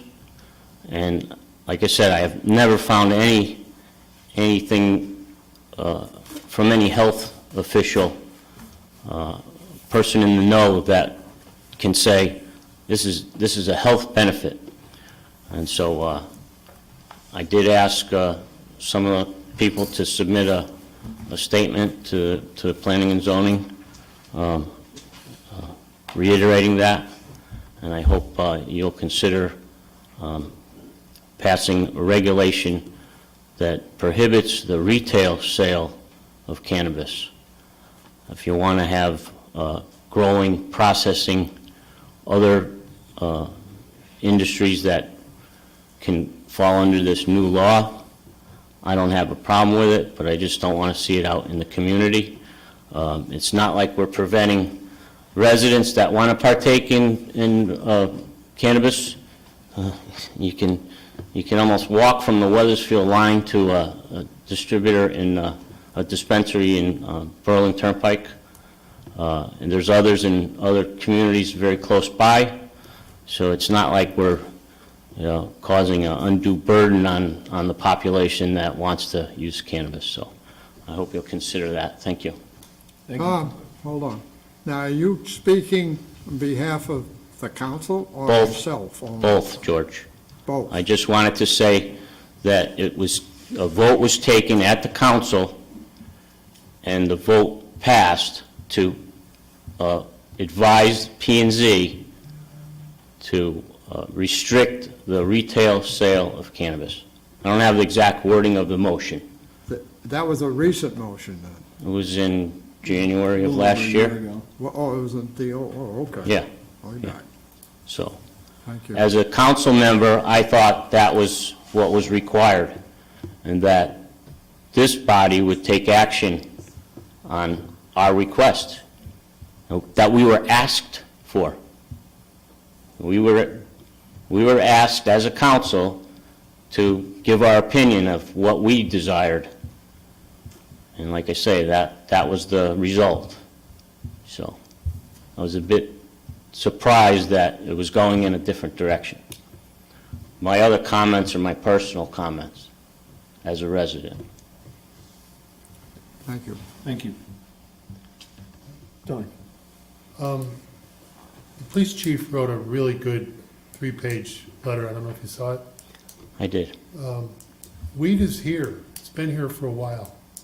Has the council authorized the funding to have any of the policemen trained and allocated? Because this, the letter seems a little Yeah. specific, and weed is here. It's been here a while. It's not going away. I've watched several hours of the testimony that occurred that late night session that I think went right through till the morning. And I'm going to ask if we're voting or not voting, that we at least can highlight all the different testimonies that were included that night. And we've only had 2 or 3 letters here. Are you familiar with any of that testimony that occurred and why it was passed at the legislature? I'm not. I can speak to what's going on at the police department right now. I believe a training of additional officers. Right now, Wethersfield does not have an officer that's qualified to evaluate someone being impaired driving. So someone can be pulled over and the officer can smell marijuana in the car. That does not mean the driver's impaired. There's no test like a breathalyzer test that they can administer. It's more of a interview type process where the person would have to be brought to the police station and examined, if you will, by a qualified, trained officer. We don't have one right now. Is money So, allocated or and budget for it? I believe it's going to be in this year's budget. I was very impressed with his presentation 2 Mondays ago, I think it was, where we're one of the few towns that are almost fully staffed. It's given due diligence. I love town of Wethersfield. When I leave for work early in the morning, it's still dark out, and the lights are on, all the cruisers, and they're good, transparent exposure, so I think the Yeah. chief's doing a great I job. think he's doing an excellent job, yes. So, I hope the budget does include that, and again, it's in Newington, it's in New Hartford, with or without us opening 1 or 10 facilities here, based on the 3-page letter, I'm a little bit concerned that, we're neglecting the opportunity to have that trained officer if we need it. yeah, I don't think it's a matter of neglect. I think it's, as you know, it came on, people knew it. We weren't sure which way it was going to go at first, and he's been here just about a year, I think, and Was that making a vote- lot of headway. Was the vote by the town council unanimous? No, it was not. Do you remember what It was- the vote number was? To be honest, it was a Zoom meeting, Okay. and I was opposed to it, and it's the only time anybody ever got knocked off a Zoom meeting when they were going to vote. I was out of my mind, so I lost my internet connection, couldn't vote. So the video So- went out, but the audio was in? No, I lost everything, Oh, you did? yeah. So I was unable to vote, but it still passed.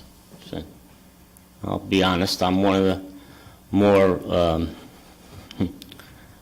I don't know how to word it, but I was strongly against it. You think it'll come up for a vote again? Why would it? It's here. Okay, I'm just interested to see who voted in favor and who voted against.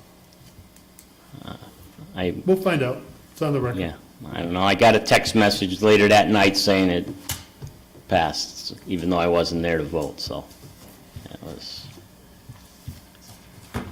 Okay? All right, thank you. Thanks. Thank you. Thank you. All right, anybody else? Yes.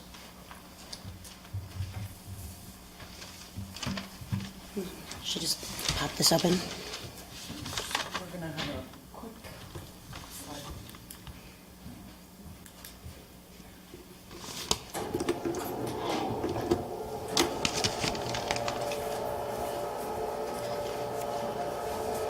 I'll let you do it. I don't need to break anything.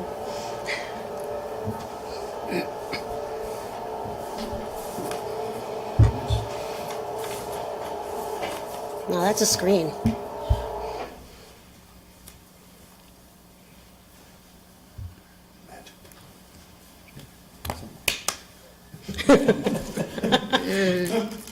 Clapper. 2 chairs. Do you have enough for everybody? I do.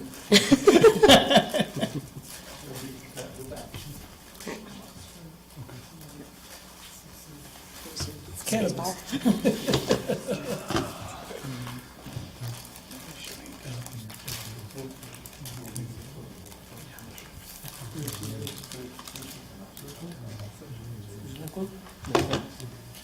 Chocolate covered almond. What do you got? Probably choked on it. Chocolate covered almond. Thank you very much. Watch out, you're gonna make a habit of yourself having to do this.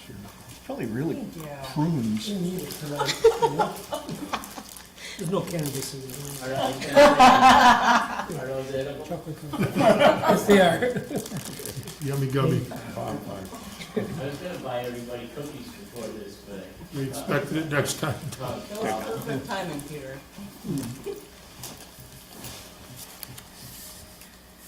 Perfect. All right. And then just space bar? Perfect. Okay. Okay. This is, I could tell that story too. But Commissioners, thanks for having me this evening. My name is Amanda Ostrowitz, and I look forward to talking to you about cannabis policy and our hopes for the town of Wethersfield. And, just to start off, I really like what I'm already hearing here. It seems like people are very aware that, the war on drugs failed, and cannabis is in Wethersfield. And really, in the words of one of my favorite cannabis regulators, who was the czar of Sacramento, California, he said, "You don't get to choose whether or not to ban cannabis in your community. It's already there. You only get to choose whether or not you're going to regulate it and create a regulated system within it." But it's here. So why am I here today? I'm here because I was fortunate enough, along with my partners, to win 2 of the 12 dispensaries awarded in the retail lottery here in Connecticut, as well as a delivery license. And all of our licenses are provisionally active, and once they are provisional, you need to go out and find your site and get land use approval and zoning approval, and then write some SOPs, and from there, you then convert it into an annual license and are given the ability to operate. So just a little background on cannabis.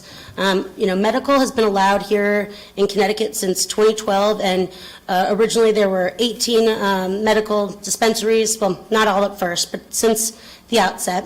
And in 2021, the state passed regulations and legislation allowing cannabis and creating a licensing procedure. And what they did was they held a lottery that allowed for 12 new retail licenses that were purely retail, so separate from the medical. And we were fortunate enough to win 2 of those.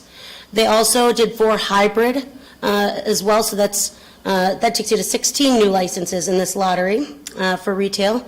And then they also awarded these, what they're called 149 licenses, which are the large-scale cultivators. To get one of those, you had to find a site that is in a disproportionately impacted area. Those were defined by unemployment rates, poverty rates, arrest rates, et cetera. And there are no DIAs here in Wethersfield. But that's where the really big opportunity stands for a local government to gain from cultivation. The only other ones that were issued will be micro-cultivators.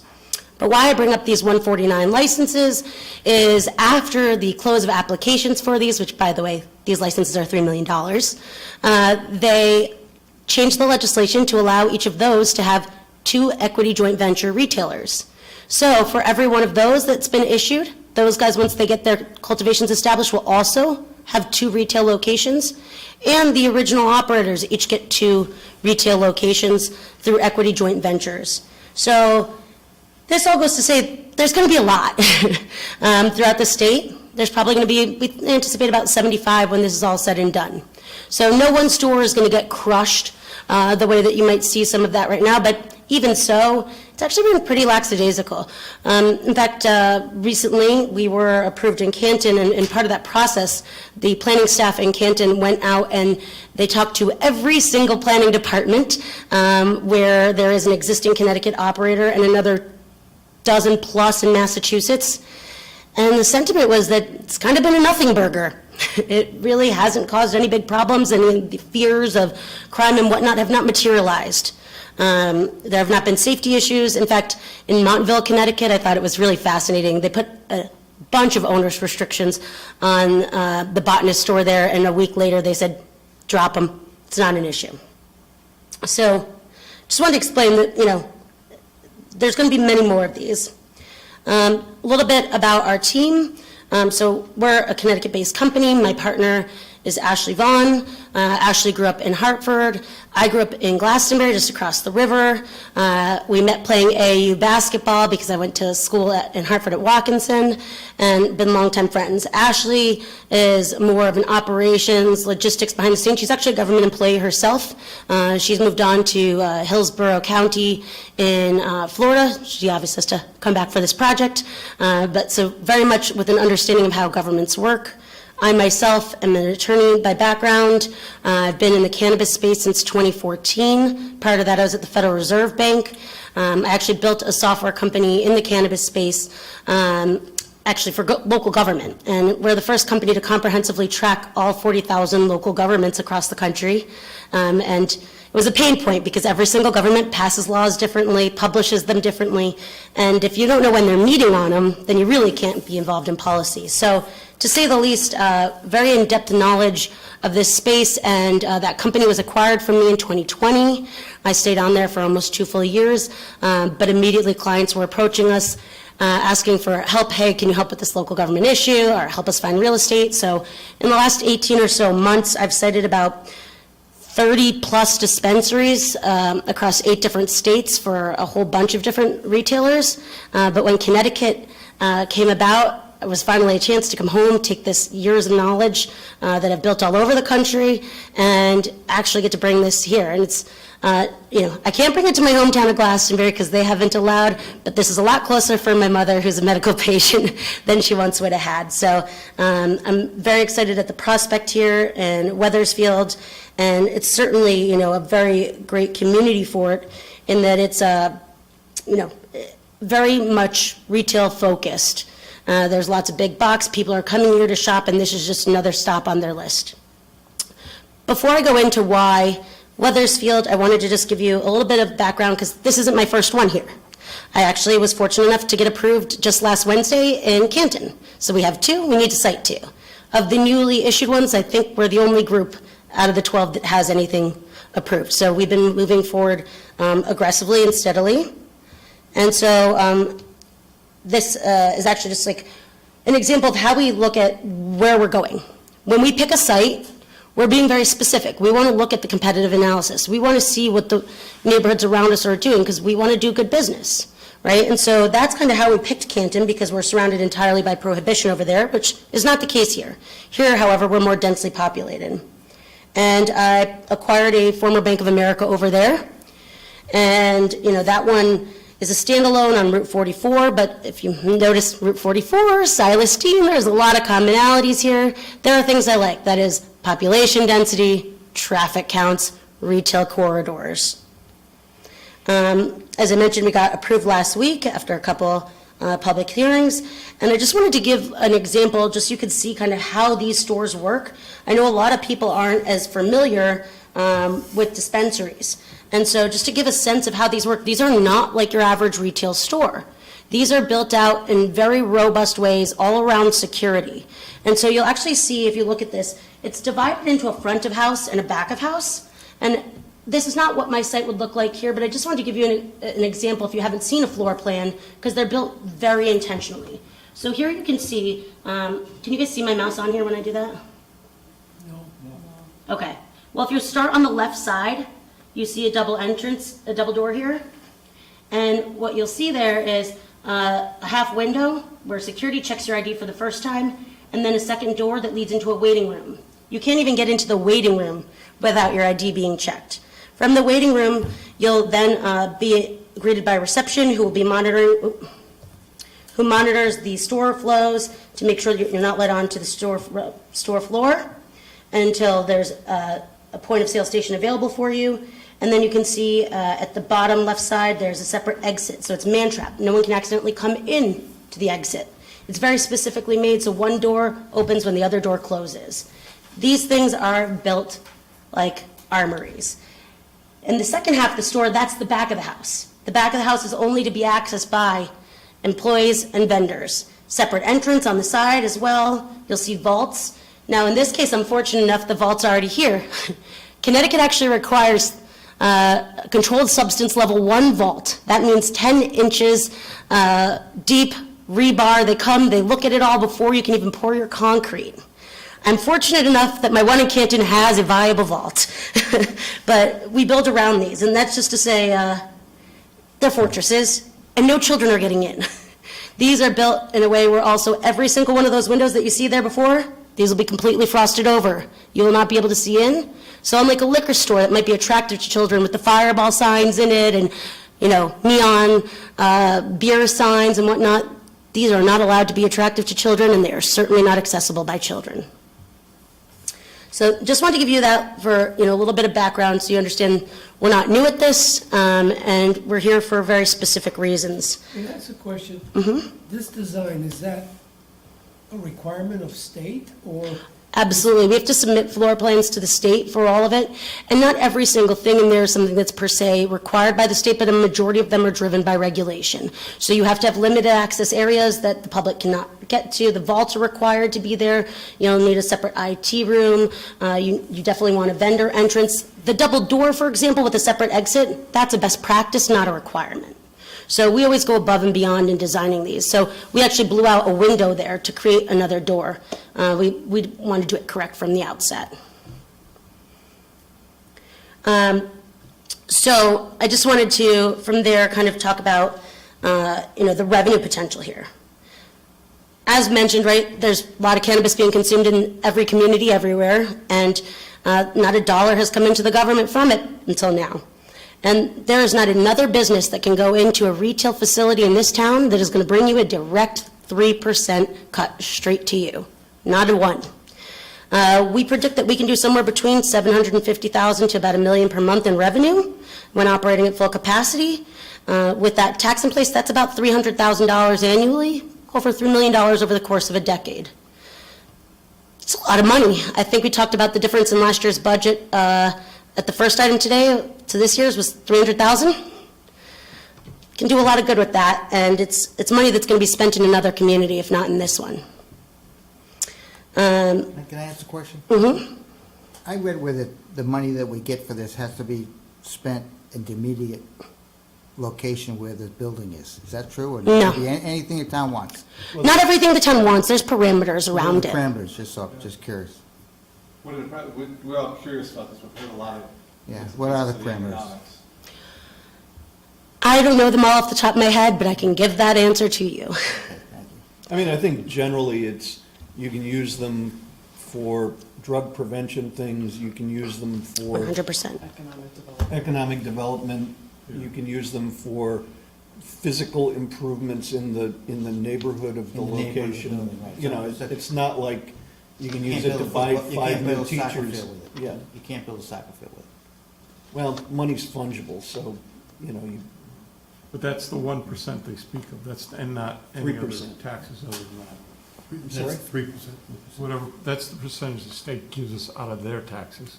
No, that goes it's a- directly to you. It's a separate municipal sales tax. So this isn't one that goes to the state and you got to go collect it. This goes straight to you. I think it goes through the state. Well, yeah, but it's not like, it's only to the cities that have, like, it's not going into a general fund and then coming out. It's literally the money that's coming from ours is going directly back into this community. It's not being pooled up, separated out. So it's very specific in how that works. And, here's the thing. You look at this and you go, they're making a lot of money. No, the government's going to get theirs. But we are federally illegal, and therefore 280E applies to us. And 280E is this provision that says, if you are selling something that's federally illegal, you cannot take any business deductions other than the cost of goods sold, which means I do not get to deduct my rent. I do not get to deduct the cost of my employees who are working in the store. I do not get to deduct anything. So why do I bring this up? It means that margins are much thinner than what one perceives. The government will always get its cut, but it's very critical that we have an attractive retail environment here for us to come and do it, because we cannot compete in this town if there's going to be 5 or 10 dispensaries here. It wouldn't work. We don't have enough to give on that. It means we operate 7 days a week. We cannot afford not to. Until there is reprieve at the federal level, we do actually operate on pretty tight margins, all things considered. So with that, I also wanted to quickly jump into a couple just concerns I had with what I've seen here. The biggest one being over-concentration. For us, we really look at key considerations when we're picking a community, and one of them has to be an attractive retail environment. And Wethersfield has the makings of so much of that. It's got great traffic counts. It's got great population density. It's got communities around it like Rocky Hill and Glastonbury that don't allow. So that's also going to bring in more business. And when those people come in, right, they spend more in the community as a whole.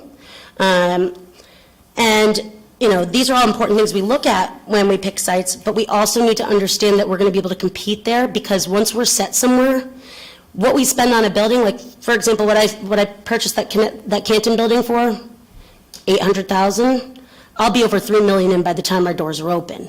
Our costs of build out are extremely high to get that level of security in there, to get the level of finesse it needs. So we can't just guess and hope that a town is going to work out for us, because the amount of capital that we put into it is dramatic. And if we fail at it once, we're done. So with that said, one of the things I'd really like to urge is some caps on the number of licenses allowed. In Branford, for example, they allow 1. In Orange, they allow 1. West Hartford allows 2. Newington's capped at 2. Cromwell's capped at 2. Middletown is capped at 1. and Meriden's at 3, and then you've got places like New Haven that are uncapped, and there's actually far less applications there than people would have expected because there's too much uncertainty. It is very concerning to go into a community like that where you don't know if you're going to survive. The other thing I wanted to ask some questions about was the sensitive use setbacks. It mentions a lot of sensitive uses, and when we look at a site, we always proactively try to stay as far away as we can from schools and churches, etc. But in this one, it says it's going to consider them, and for me, it's a bit concerning because consider these is extremely subjective, and I don't know what that means. I don't know what it means for me. I don't know what it means when the next application comes in that's only 200 feet from a school. And I would like to see a little bit more rigidity created around what those setbacks are, so I know what I'm going to be subject to, but also where others can go. Because when I'm analyzing where others can go, I know they can't come this close to me because they would be within 1,000 feet of this school or whatnot. And so I can't really get a full competitive analysis accomplished with the ambiguities in here. That said, I know there's some concerns about this being in our community, but we do have, how many liquor stores? And how many, pharmacies selling much more toxic products, as well as, I know there was concerns about youth, but I think it's really the vape stores and things like that that we're seeing the kids being able to gain access to. I promise you we have a 0% sales rate to underage, let alone past the front door and into the waiting room. What thing we do that is great, though, is we create jobs. Yes? You realize that there's a major cannabis distributor right on the Wethersfield line in Newington? I sure do. Okay. And I think that the Berlin Turnpike traffic is a different flow pattern, very much so. We study traffic patterns, we study commuter patterns, and I've placed a lot of these for other people before my own because we study all of these dynamics. And we think that, we're far enough apart, and also the stores have to distinguish themselves as well. So they certainly have their traffic, and we're going to compete with that. And then there's going to be INSA down at, where USS Chatterpot is, and that one's going to be a big tourist attraction. I mean, they're building a mega store. They're like a Costco. You don't go there every day. You go there to go see and explore and look through the glass at their cultivation. There's not going to be any plants at our store. We're going to be like your everyday package store. The way you go in, you grab your couple bottles of wine, whatever you need, and you leave, except the difference is you won't be grabbing any of that yourself. This is not a bodega. Everything is behind counters that are much more like a jewelry store. So you're going to come up, you're going to look, you'll ask questions, it'll be rung up, it'll be placed in a package, and transaction complete, exit, leave the premises. So much more controlled than any of those other situations as well. And, we anticipate that we'll have at least 6 full-time employees and 8 part-time employees, so definitely some job creation at all times. Even like pre-opening hours, we'll always have a manager on duty, at least 2 sales associates, and a security guard.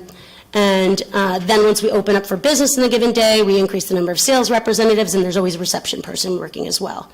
So fair number of people throughout the day, and we also offer very competitive salaries, full benefits, a lot of professional development opportunities, and a lot of training.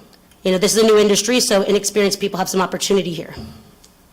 What are your hours of operation? You said 7 days, but time? It is dependent on the town. So in Canton, currently, we're approved for 10 a.m. to 10 p.m. weekdays and 10 a.m. to 6 p.m. weekends. Other places, it's, 8 a.m. to 10 p.m. We want to work within the community, but often I'd say communities are leaving the hours a bit more broad, and then we're acting on business fundamentals. Stores like grocery stores used to be open 24 hours a day, and they're seeing the labor costs don't justify that stuff. So, of course, we'd never be open 24 hours, but even a lot of people aren't staying open until 10 or opening at 8, even with that privilege. It just doesn't make sense. So we'll adjust accordingly over time. Excuse me, there's something missing from the employee list. Who's supplying the security and the night security? Our police officers? They're not employees. They are contracted security companies. So we work with licensed, state licensed security providers. So those aren't jobs we're creating, rather we contract with those companies. Our specialty is not in training security guards, and so we just outsource that always to the groups that specialize within that. However, the state legislation also gives the ability for a local jurisdiction to charge upwards of $50,000 if they incur costs during the opening 30 days of a dispensary. So we're highly incentivized to operate well and coordinate with police so as to not incur those costs. But that has been built in as a protection in case, for some unknown reason, there's an extreme amount of assistance needed. But I do know that there was police staged at Affinity in New Haven for opening. They left after 2 days. And most other places have lifted that rigor. There just really hasn't been the need. And, you know, this isn't Krispy Kreme. There's a lot more of them open. And even in Newington, it was interesting when the Canton planners reached out to them, they said, Krispy Kreme was a lot worse. And they haven't had any issues. So it's in our best interest to give a good customer experience, which means managing our traffic. Speaking though, you asked about security. So here's the next slide. So facility-wise, all of our product that's in excess will be in a bank-grade vault. The product that's on the sales floor will all be in locked containers, and that's removed every night and placed back in the vault. And everything that's behind the actual display cabinets is only what's needed at a given time for inventory, so you really are it's very, very controlled as to what's in there. And we also have to use industry-specific, state-mandated seed-to-sale software. So from the time that plant is this large to the time it's at the end consumer, it is tracked in a system, and all of our transactions can be tracked. You know, all of our personnel, while not security guards, are trained in crime detection and theft prevention, and are rigorously trained also in how to report any such incident should it occur. With regard to video surveillance, every single inch of these places is covered in video, which by law, the police have the ability to remotely tap into at any time as they see fit. So that also gives them generally additional security in the area on top of what's required. So it's 24/7. We have glass break alarms on all windows. We have panic buttons. We have extreme security, and it's because it's all mandated by the state. So to say the least, our safety plans go through a lot of different rigors, and we have no problem if Wethersfield Police would like to approve our safety and security plan, we have no problem submitting that in advance. Also, you know, when it comes to transportation, we're not driving around big, money trucks like the banks drive around that scream, I'm carrying cash. They're very discreet Sprinter vans or Ford Transit, so they're very small. They come maybe 1 to 2 times a day, and they're pretty obscure. We always vary delivery times, but outside of peak hours. So just kind of the main key things wanted to take you through and, make sure that, we make a program here, if we're going to make one that's going to sustain businesses and really create an attractive retail environment, because we want to be here, but we can't, and nor can anyone else invest in something with too much obscurity. But we're also willing to work with it and understand that it's an iterative process. But this is a place we'd like to go. We've secured property here. We've invested in legal resources. So I'd love to open it up to questions. Where in Wethersfield would you consider putting something like this? The Silas Deane Highway. Basically, we find that the best spots are either the south end or the north end of it, because in the middle there's too much school. You really can't go in the middle and be thoughtful to the children. So it really leaves you with the north end or the south end, and there's really nothing else that we found to be appropriate in between. We have a 5-page proposal before us, and you only mentioned the setbacks with the 2,000-foot radius. Have you seen the 5-page proposal that we have? Okay. Written all over it. And you've compared this, I assume, with others that you've worked on, possibly here? I mean, I have a software company that comprehensively tracks them all, so yes. And I would say a lot of this is really, great. I think that the cap and the clarity are the two things that I see as needing help. The rest of it, I didn't say anything about because I like it. It seems good, it seems thought out. I think the zoning is incredibly appropriate. I think you're not going to get the large-scale cultivators here, you're only going to get the micros because they can't come here. And so the micro cultivators aren't really going to bring any real revenue with them. So we're the true revenue opportunity for the town, and so I didn't really feel a need to speak onto any of those parts. The no drive-throughs, I'm like, I can live without it. Hopefully one day the state will allow those, because I know the states that have it, but no, I mean, I've really looked over it in depth, and I think, the hours are appropriate. I don't mind doing an odor control plan, it's all fine. Okay, with regard to the revenue, beyond the 3%, you'd be putting in a significant amount of improvements to that. 100%. And general tax revenue as well. So $3 we, million investment, you said, in, easily. so that could bring in an additional $100,000 in tax revenue because of the Absolutely. taxation on the building as well as the personal property that would be built into it, the security systems, everything else. Absolutely, and we always try to hire local for all our vendors and materials, and in addition to that, we pay regular sales tax, but also people who are going to come here from Glastonbury and from Rocky Hill and the other towns also tend to spend in the communities when they go to a destination store. I was up in the Berkshires last year, and it seems to be a shop on every corner. Is the foot traffic intense when you first open up, or is it? In Massachusetts, when they first opened up, it was the only state east of the Mississippi to open. So they faced some initial rushes, but what was interesting in the research that the Canton Planning Department did is all those people were like, yeah, that all wore off really quick. The novelty is gone. Everyone in Connecticut who wanted that novel experience went to Massachusetts and had it. So it just really hasn't been huge. In fact, I think I kind of wish it was worse, because I really want to be busy. We're making the big investment, but no, it just seems people are coming and going pretty steadily. We went and we took video at the Montville store a week and a half into opening during 5 p.m. on a Friday. There wasn't a single person standing outside.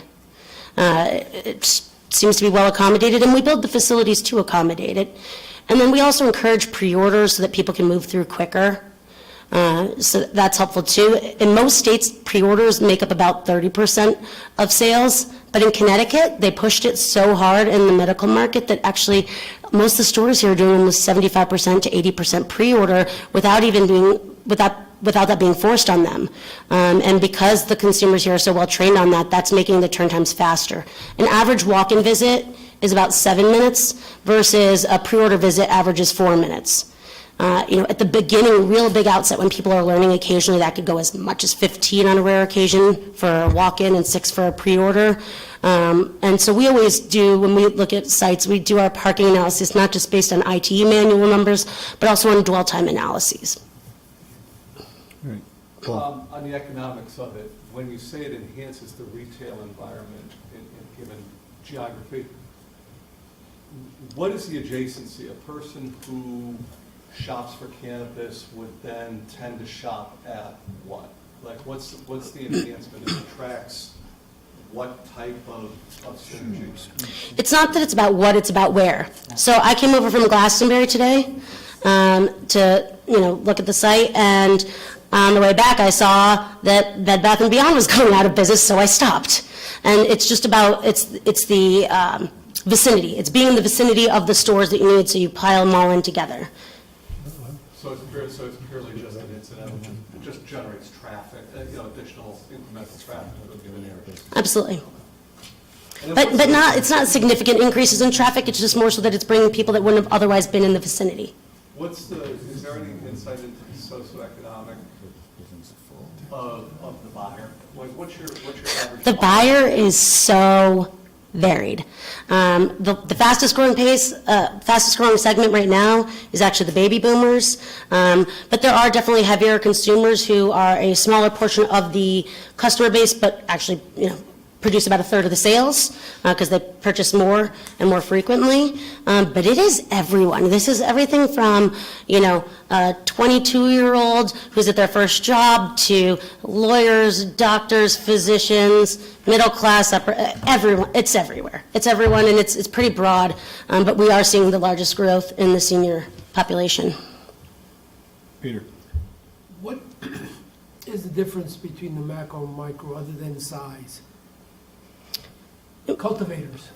Oh, it's the size.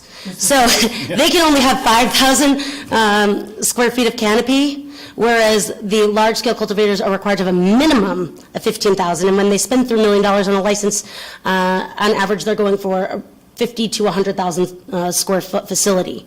So when you look at the product that they're then selling to the dispensary in 100,000 square feet versus 5,000 square feet, and you take 2% of that, it's, 5% versus 100%. And, the state was strange in how they required the large-scale cultivations to be in these disproportionately impacted areas. It made sense to identify people to qualify for social equity who were living in those areas, but to require it in them was a disservice because a lot of arrest rates and whatnot were in industrial parks. So while it would be perfectly appropriate probably for several of these buildings, they're not legally allowed to be in these locations in the large-scale capacity. But there's no difference in security or other? No, it's all equally rigorous. You showed the one model that was a separated building, it was an old bank. By the regulations from the state, are you guys allowed to go into slot malls? We can go anywhere we would like that will have us. We tend to have more trouble in some of the strip malls because there's two things that kind of limit where we can go in general. One is the financing of the properties. So where a property has a federally chartered bank that's their lender, that can be a problem because they can call their loan on them. And so people who are independently financed or don't have any debt, they can take you in a strip mall, no problem. The other thing that tends to keep us sometimes out of strip malls is adjacent tenants who have restrictive covenants against us. So CVS doesn't want you next to them. Target, etc. So it's often to do with other tenants, but totally allowed in whichever. The key is having a site that has the floor plan you need, the parking you need, and the right location. But we've done it very much in standalone and in strip. You talked about the cap. I know the state has eliminated the population-based cap. How have towns successfully imposed a cap? They've done it two ways. So some have explicitly just created a stated cap of we are going to allow 2. Others have done it in a de facto manner by doing a distance in between requirements. So in Brantford, they did 8,000 feet in between. In Meriden, they capped it at 3 and required 2,500 feet in between. So there's also the combo. And some have zoned it in a way where there's so few places that would work. Like in East Haven, you've got to be on frontage road or like one other road. They made it really specific, and south of here and east of here. So they've been able to create these caps in a myriad of methodologies. Yeah, I mean, that's just one of the things that I had been kind of musing about with people was, this is probably too much inside baseball for everybody but you and me, is, given the uniformity requirements in 8-2, where all the uses within a zone have to be treated similarly, you allow something by special permit, but only one. Yes, It doesn't strike me that would fly. You are one of few people that is sophisticated enough to go into this Uniformity Act conversation, and I welcome it. So I actually do welcome it, because what happened and why this Uniformity Act comes up is they created 4 rights, basically, of local governments, and one was, they imposed on them a population-based density cap. When that was removed, they weren't given the authority explicitly to cap them. However, everyone went and did it anyway. The DCP is under the impression, they've stated it very publicly in their comments, that they believe that locals have the authority to cap, but I've actually pushed for it to be explicitly enumerated in this legislative session and have asked the Cannabis Chamber of Commerce to put that bill in, because I think it's a win for everyone. I think it's a win for the industry. I think it's a win for government to give you guys that local control. I think it was a mere oversight when they failed to place that explicit language in, but it can be accomplished through buffers. So let's just say you make it 1,500 feet to a school and no more than 8,000 feet from one another, and then you're not spot zoning. Yeah, I mean, that frankly is the answer that we've provided to our clients who have been asking, how do we deal with it now? Because Introduce the bill. they thought, we represent a lot of smaller towns who have figured, we're not really gonna pay attention to this because the most we'd ever have is one, and it's like, oh crap, the cap is gone, what do we do now? Yeah, no, I mean, we looked at the League of Municipalities, like, legislative agenda, and it's not on there. We wish it was. I really think this is a win for everyone, and it shouldn't be a bill that should require, too much push. I don't see there being any naysayers to it. I think it serves everyone, but in the meantime, there are definitely workarounds, and happy to send you a bunch of examples if they'll help. Dave? If for some reason we approve this, why would we put a cap on it? It's just a business with a building. If 5 people want to move next to each other and sell marijuana. Well, they wouldn't, that's why.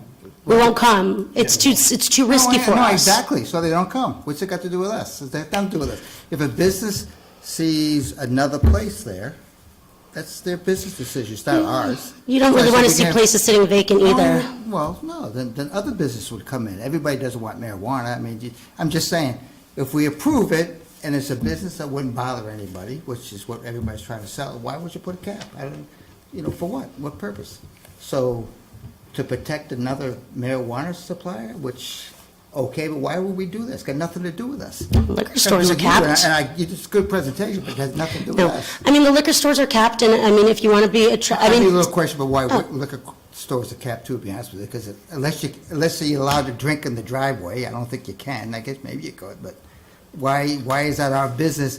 2 liquor stores want to move next to each other? Be stupid. Why do towns give companies tax breaks to show up? Because it's good for the town, it's good for the economy, it's business. No, but what I'm saying is, Incentivize we it. approve your business, you zone it, whatever, and everybody says it's a business, there's nothing wrong with it, it's safe. Why would we put a cap on it? It's not our business. I don't know. It's just, if you want to move there, I think it's great, and if some guy wanted to move right next to you, that's his business and yours, I guess, not mine. So I don't know why you put a cap on it.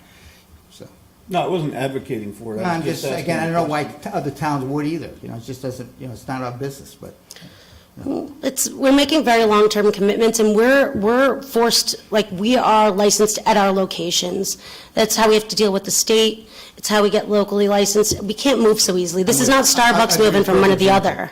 I own a manufacturing company, and if someone moved right next to me, it did the same thing I did, I don't see anybody here, anybody's going to say, hey, you We're can't not go there. consumer-facing, though. What? You're not consumer-facing. You're a B2B company if you're a manufacturer, right? Yeah, but I'm saying, I don't know why you should be protected more than me. I don't know. I guess I just don't know why.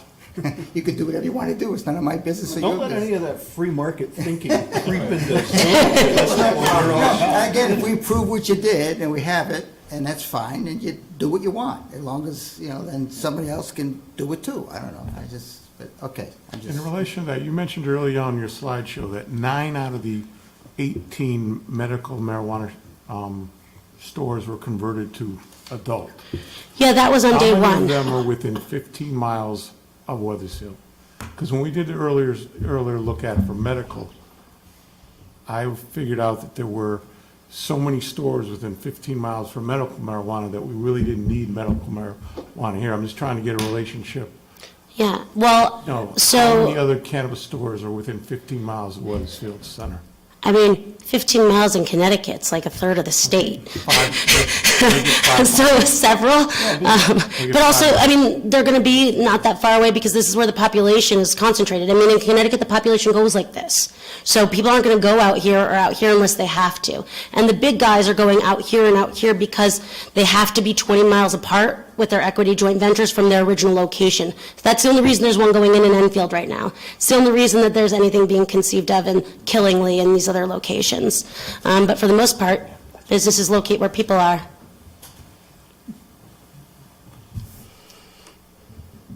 I mean, why do we have how many Starbucks?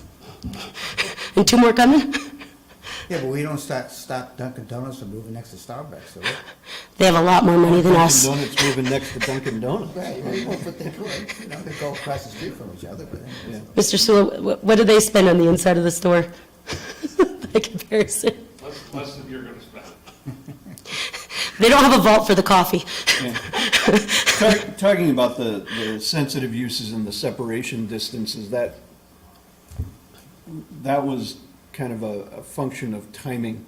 We were having the discussion about this the same night that we rejected an application by a package store owner to reimpose the separation distances that we had repealed 30 years ago.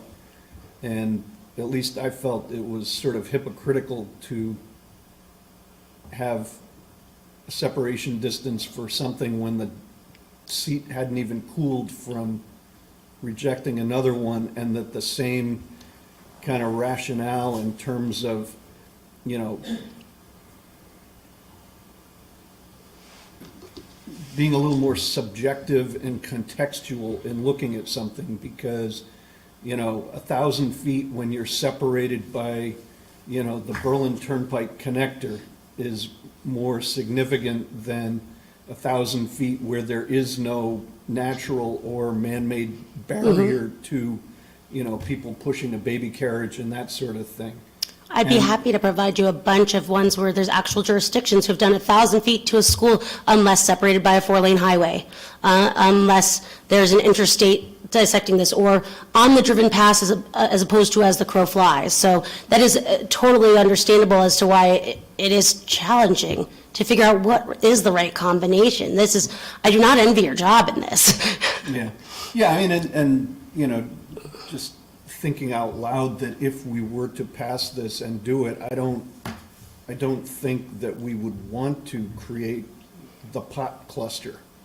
You know, and we probably all can mentally drive up and down, you know, the Silas Deane and figure out where would be appropriate and inappropriate places for it. So, you know, that's not so much an explanation as just kind of a reaction to your comment, which, you know, I thoroughly understand your comment, and a lot of other places have, you know, fixed finite, you know, get out the GIS and the protractor kind of, you know, distances. It's when you come to a community like Wethersfield where everything is kind of smaller and closer and completely built out, and you have churches in places you wouldn't expect to have churches, like, you know, office buildings next to a bank, an insurance agency next to the Burger King. It's not all just, you know, Corpus Christi and you know, First Church and places like that. So you start drawing the circles and there's We not knock much everything left. out, yeah. Yeah. No, it's tough, and I think in a community like this where you're very distinct in that very few busiest roads in a town have the schools. So that's unique, but also this is a type of place where, you know, people would have little to no separation from a church generally allowed. But I think because there's so much concern about the children and youth prevention, I think that the schools is the most important one. And I also believe in the variance process, you know. I think if you can show that you're not going to disrupt the purpose of it and otherwise the character and nature, right? Variance approvals where if you set some set of boundaries, I think it's better to overcome a burden rather than for it to be completely subjective and then lead to a series of appeals. Yeah, I mean, and I guess just on that last point, I'm skeptical of the variance process, and that's why I didn't. I try to avoid needing them. I avoid needing them at all costs. Yeah. All right. Yeah, I don't mean to dominate the conversation. Anybody else? All right, thank you. I appreciate the questions too. They're fun. Good challenge. All right. Is there anybody else in the public that wants to comment on this? Sir?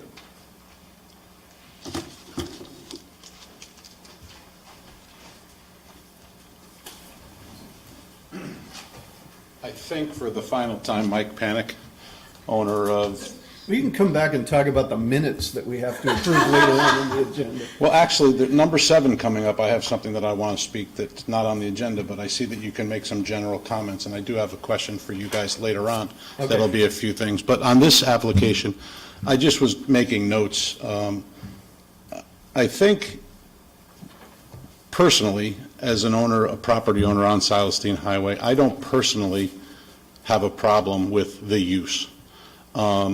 As I said, 57 years, never had a cup of coffee. 57 years have never done drugs of any kind. But I also find it interesting, and I think that you may be overlooking one thing that I think is relevant, and I think you should think is relevant, is that if you recall 2 years ago, some of you were here when I came and spoke about building the 40,000 square foot building at the old Puritan site. And I think there was no less than 15 people in the audience that stood up and were all over the process, and it cost me a lot of money in trees and barriers and all kinds of stuff. And there was a whole audience of people that were against me building a medical, regular doctor facility. And tonight, here's, for cannabis, and one gentleman who represents the town and himself, and I appreciate his comments, but I honestly thought when I walked in at 7 o'clock, this was going to be standing room only with the cannabis. So I think that should be recognized by you. I hear that you have some letters from some of the town boards and the police department, but there's no showing when, when I built the building, I had to put up trees and all kinds of stuff that we went through, and I know some of you were here that night. The thing that I heard about the police, you're going to have that in town, whether you have a dispensary in town somewhere or not, because if they're buying it on the Berlin Turnpike or right over the border, they're going to be driving through town. So I agree, you need a resource officer or you need somebody who's trained, but you're going to have that with a dispensary or without a dispensary. And I think the presentation tonight was impeccable, and I think that, if the town is considering passing this, wouldn't you want somebody who seems to be the most articulate, knowledgeable, across-the-board person to be the one that the town deals with in this, who has all their ducks in a row, and not some guy who won the lottery and is just starting a cannabis business? I think that also has merit here tonight. The last thing I just wanted to say, because it came up a couple times about how Massachusetts and the craziness.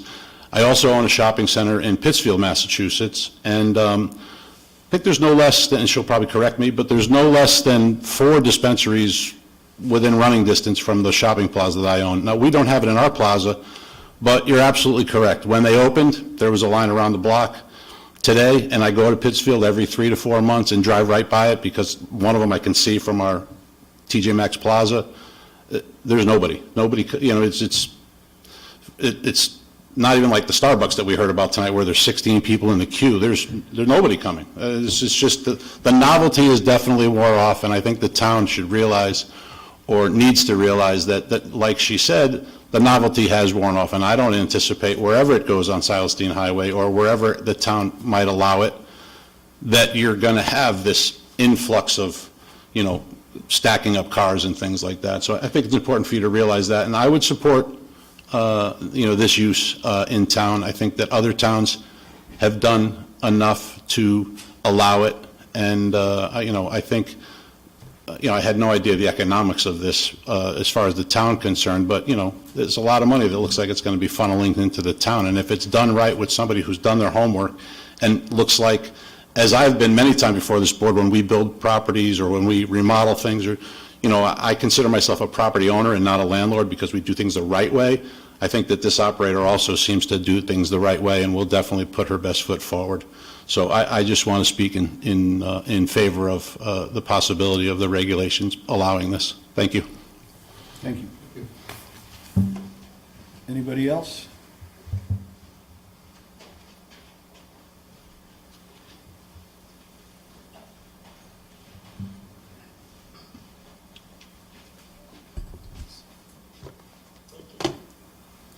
Tom Mazzarella, 600 Walcott Hill Road.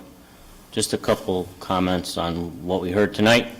One, the room is obviously empty. I noticed there's probably a dozen copies over there of what was going to be proposed as far as the text. I myself didn't realize it was a pre-application meeting. I thought it was a text amendment meeting, and that's the way it was published. It's a text amendment. Yeah. But you've heard from an obvious applicant. So I think the general population thought you were going to be talking about some wording and didn't bother to come out here. We saw a couple years ago when there was a proposal for a dispensary, when the room was full.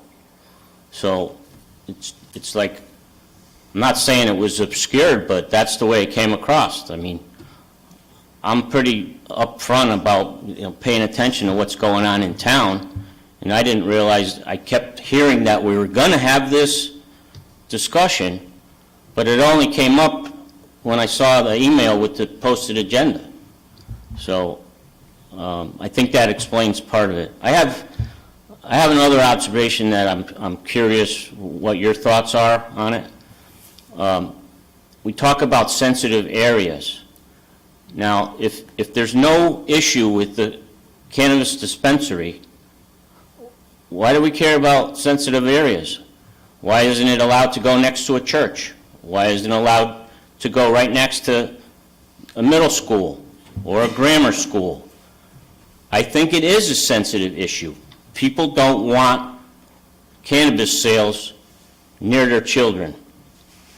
And I don't think I ever once questioned the security or the fact that, an underage person is not going to enter the building. That's a given. I understand that. What I'm talking about is the increased amount of cannabis that's in our society and in our town.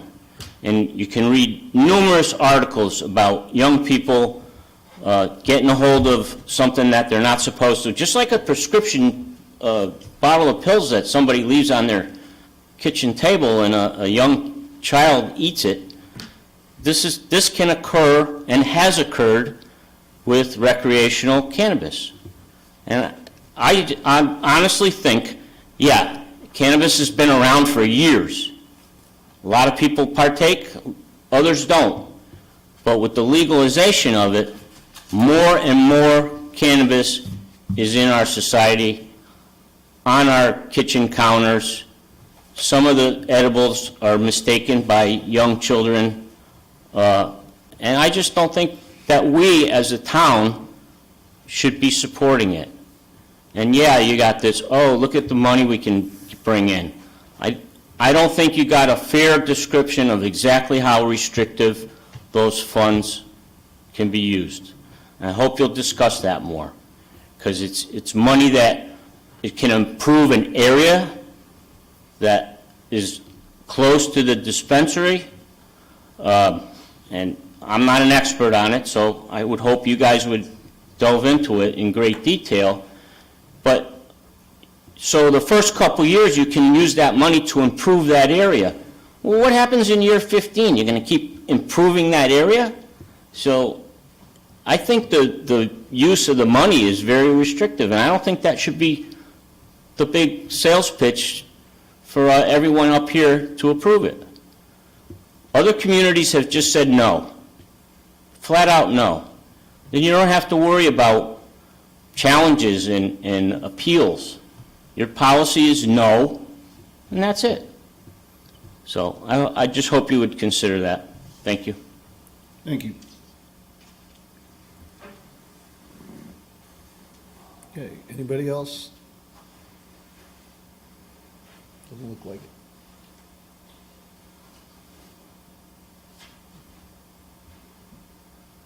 Does anybody have any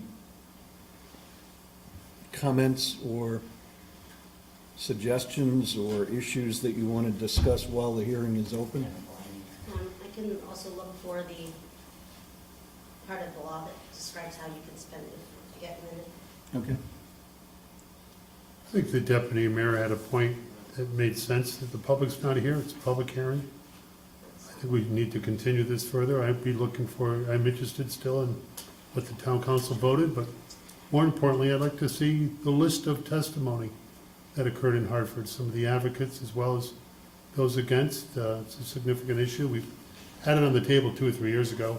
I thought it was too little too late. It wasn't even worthy of having a discussion, but when the door's open now for how many more? Up to 75, I think you said? I think that's about what we'll see. It depends how many of those 149 licenses actually come up with the money to open, get their stores open, and then find locations suitable. The easy thing is to say no. But we're not here to just do the easy things. I have a clarifying question. Can I go back to Tom? Tom, speaking as the council liaison,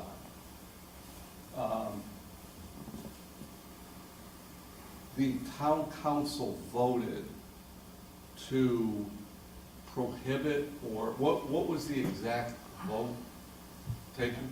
I don't have the wording, Okay. but it was to allow all uses except recreational, retail sale of recreational cannabis.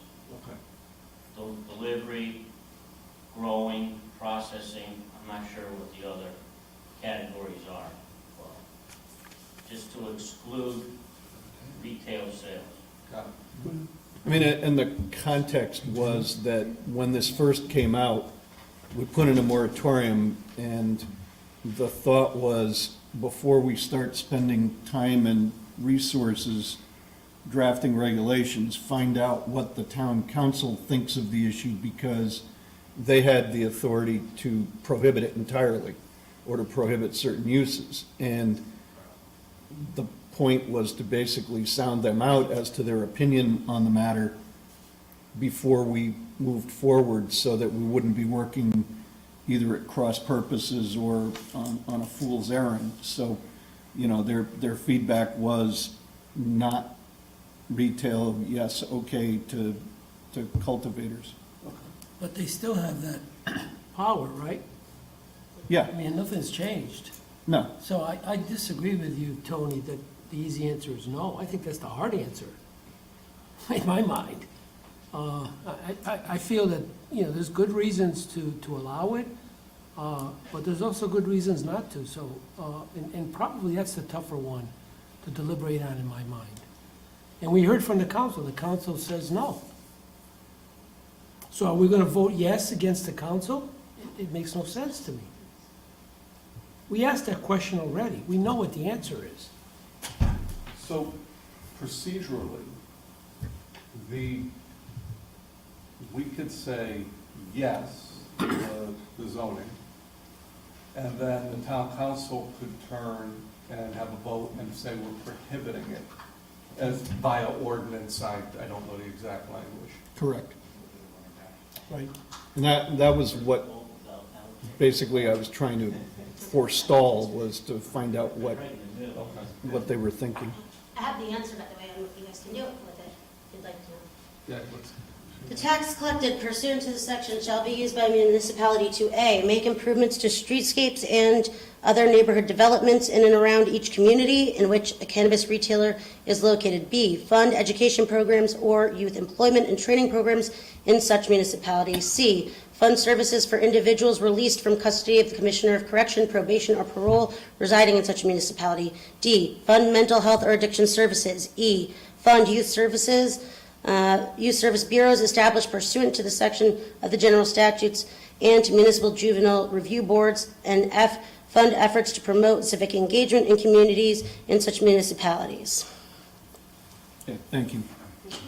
Denise, are we voting on a series of statutes for how we're allowing cannabis retailers in this town tonight?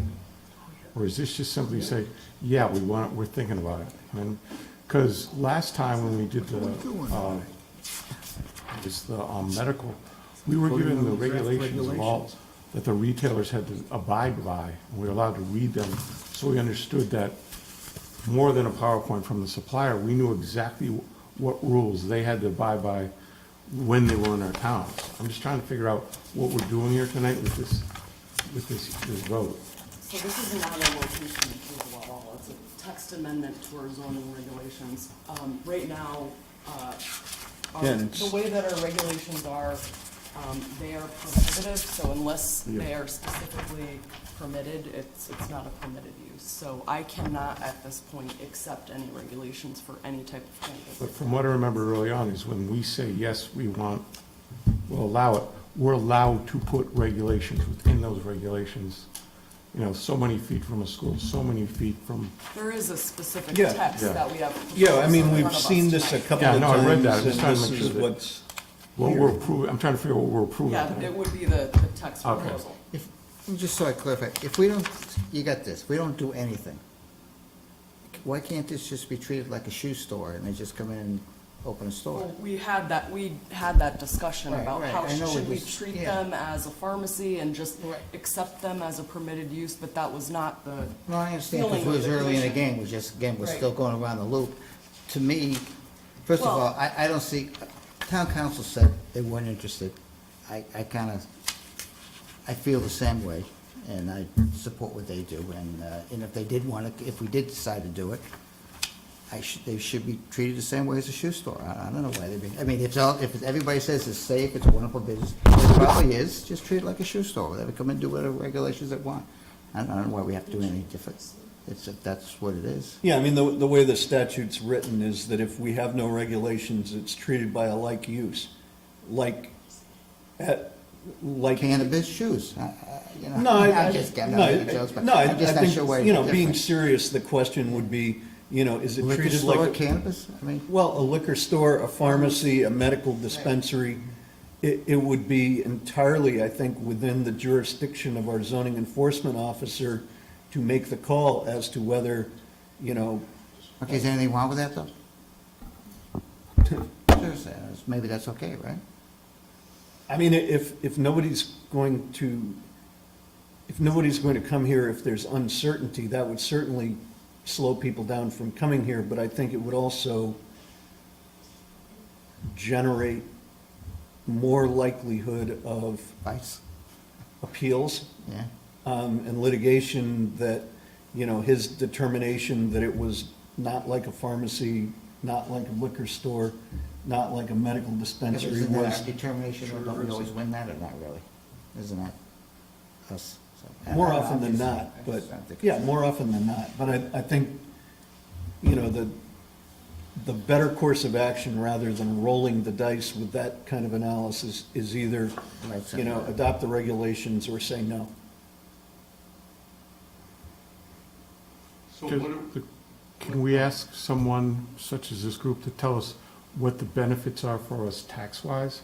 Because doing the math for that $1 million over 10 years, that comes down to $274 a day. That's enough to pay a professional for 2 hours.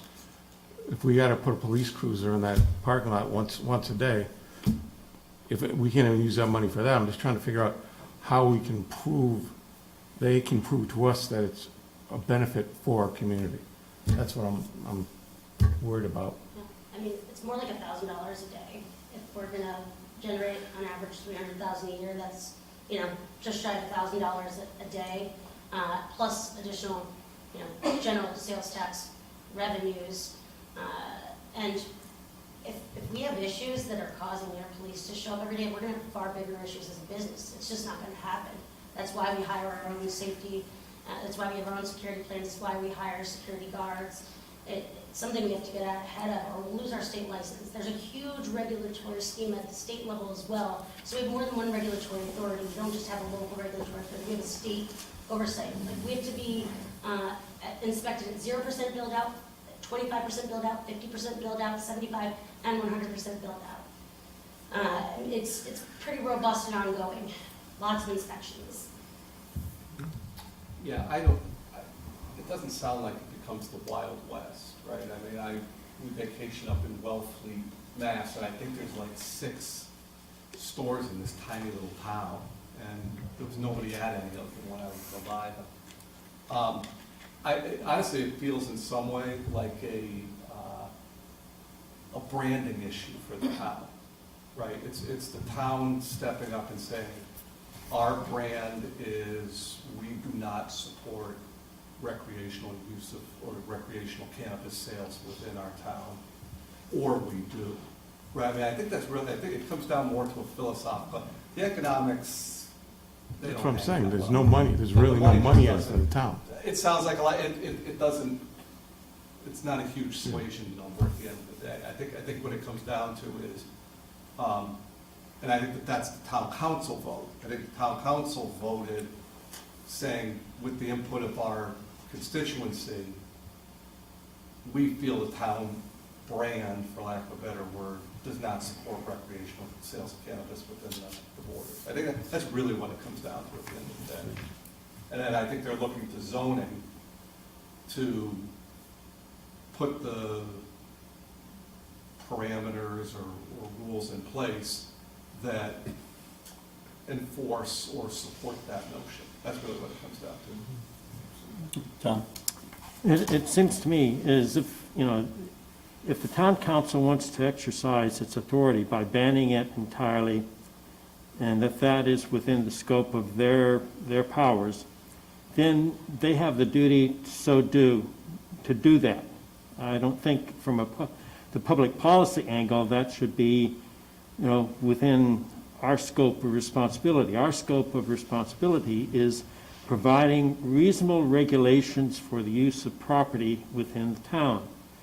And that's what is before us tonight, is a review of proposed regulations for land use that for a use for which, in the at least statewide, the public policy decision has been made to allow this kind of business activity to take place. That would be subject to, a municipal authority, allowing it or not allowing it. But it seems to me that our best course of action would be to have a set of regulations that provides a process for this to take place within parameters that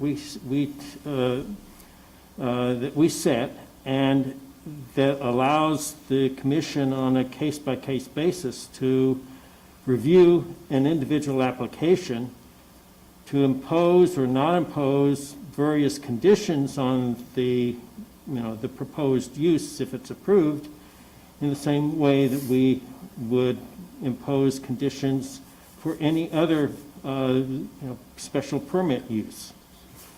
We would tailor this to the particular kinds of constraints and public policy considerations and the like that may be unique to this particular kind of business, but being in a position of, being, for this commission to be forced into a setting of forbidding or not forbidding is not, I think, within the scope of our responsibilities. Tom, what you're saying, we don't have any set of regulations to approve or not approve tonight, right? So Yeah, why we we don't go- have so why regulations don't we to go back approve or to not, town- and that's why what don't we this go is back to for. town This is council setting ask- forth regulations that allows us to, to review and allows this kind of business to be established within a set of That's why we constraints just go and back to town regulations. council and say, are you gonna allow it or not? If not, we don't do it. If it's allowed, then we'll make some rules.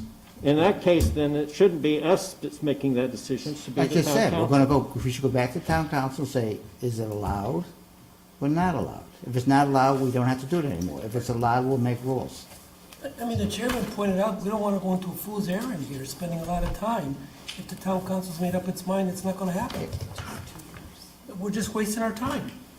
But that wasn't, yeah, was that clear, though? I thought the town council said they were against it, but they wanted an opinion from us. No. It's like, No, we want an no. opinion from them. Oh, they come back and do the same thing? So their opinion was, no, they don't want it. They don't No, want it's it. different. They didn't write us an opinion, they took a vote. And the vote said no? And the vote said no to. To retail. I'd like to see that vote. But but that vote is essentially discussion anymore. advisory only, it's not, it's not law. I only say I want to see the Tom, vote is again. it advisory or not? I'm trying to understand. Yeah. Maybe we gotta get that clarified, because if they voted no, that's it, we're good. I agree with you, Pete, we're done. We're done. The other issue is, we have a new town council coming up, 2 years, 4 years, And they can vote comes again. back to us again. At least we have the basis together, but I think we need clarification from the council. Right, and on that score, it seems best if we have a set of regulations that addresses this issue. The town council can obviously make an ordinance that supersedes our regulations. Yeah, no, I But that I town agree. If council town can then council be, says no, can overturn its decision, in which case We we don't need still regulations. fall back to the regulations that would be in place. That makes sense. There should be nothing in place if it's no.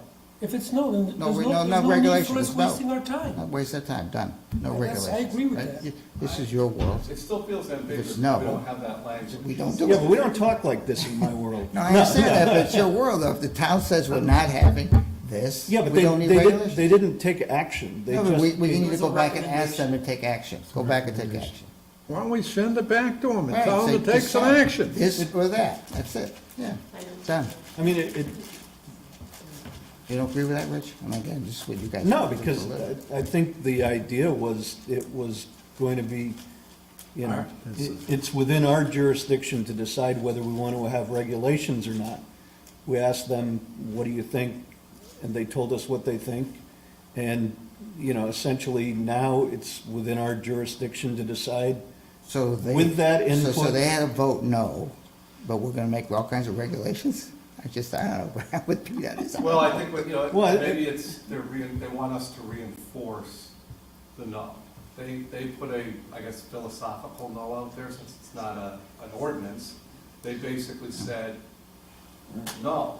And I think then they're turning and looking at zoning to say, put regulations in place It says no. to create a no. Show us the Zoom meeting and the vote. That's all I ask for. And what the language actually was. Have anything here? Not asking a lot. We do have 2 years committed to this, gentlemen. Right? 2.5 years? So it's not like we haven't given due diligence, and God knows Denise already has. So what do we miss, what do we need? The exact word of what was voted on, apparently. That's what I'm hearing. Because we have our deputy mayor saying, to the best of his recollection, it was no to retail. Philosophically or otherwise, that's what they decided. And they expect us to put regulations in place along that line? Exactly, that's what I understood. I would like to get that clarified once more, personally. I'd like the council to tell us what they want, rather than leaving us. No, the only hanging. thing no, I don't have a problem with getting more information. I think I just have a problem if we continue to sit here and talk in circles. Agreed. 2 weeks and 4 weeks and 6 weeks from now. Yeah, I mean, I think, you know, without having the transcript of the town council meeting, we know what the result was. And the choice before us tonight is, do we want to adopt regulations that allow it, even though the council said that their preference would be no? Or do we want to follow the council's preference and not adopt the regulations, but instead either have them prohibited or we do it? I think if it was a mandate, we wouldn't be here. We would have heard the mandate and we would have tabled all this, or it just wouldn't be on our agenda. So I'd like to know, if it was a mandate, shame on us for extending the effort. So we need clarification. No, I mean, it wasn't an order, it was an opinion. So, Well, I'd like something clearer from the council, what they want, what they think we ought to be doing. No, it has to be more clear than that. It can't be what they want, it has to be what they do. They have to either have enact an ordinance or refuse to have an ordinance. They're the ones that have the responsibility. If they want to oppose the concept entirely of setting down the black letter law. They don't want to do it, then they should say, we don't want to do it, you set up regulations, yes or no. That's the way I see it, something along that line. But I like it clarified once more from the council. All right, somebody make a motion to continue the hearing then. I'll make the motion to continue the hearing. Second. Second.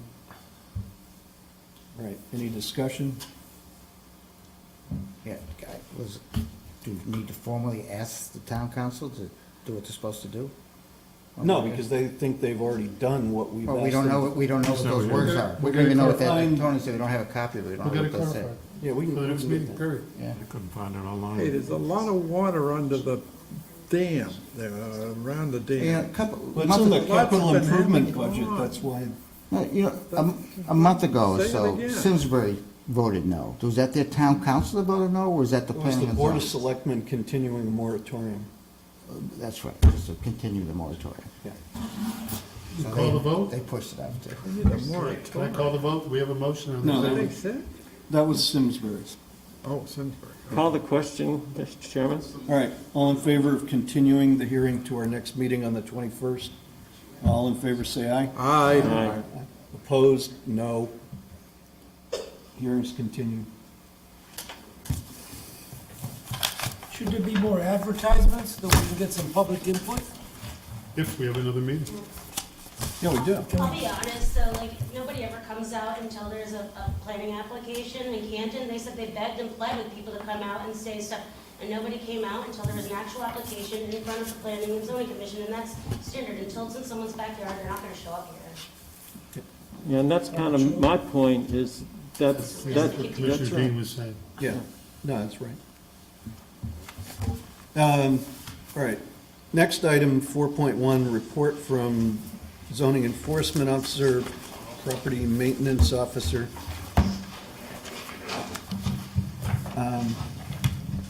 Want to thank him for providing this. Charlie, yeah. Yeah. I guess I should have been more I explicit. support that. Well, I appreciate seeing what he put together. Yeah, I mean, just so that people know, it's because I asked for it. Good. And, We deserve it. well, yeah, I mean, he's On a our, regular he's our basis. agent, so we should Right. have some sense of what he's doing. I guess the one thing that I was unclear about in the request was, When? well, no, I mean, it was more like all of the things that we've all been hearing about, that members, you know, your neighbors and residents talk to you about, you know, what's going on with the, you know, the house that has the hole in the roof, you know, why is this boat in the yard for 6 months?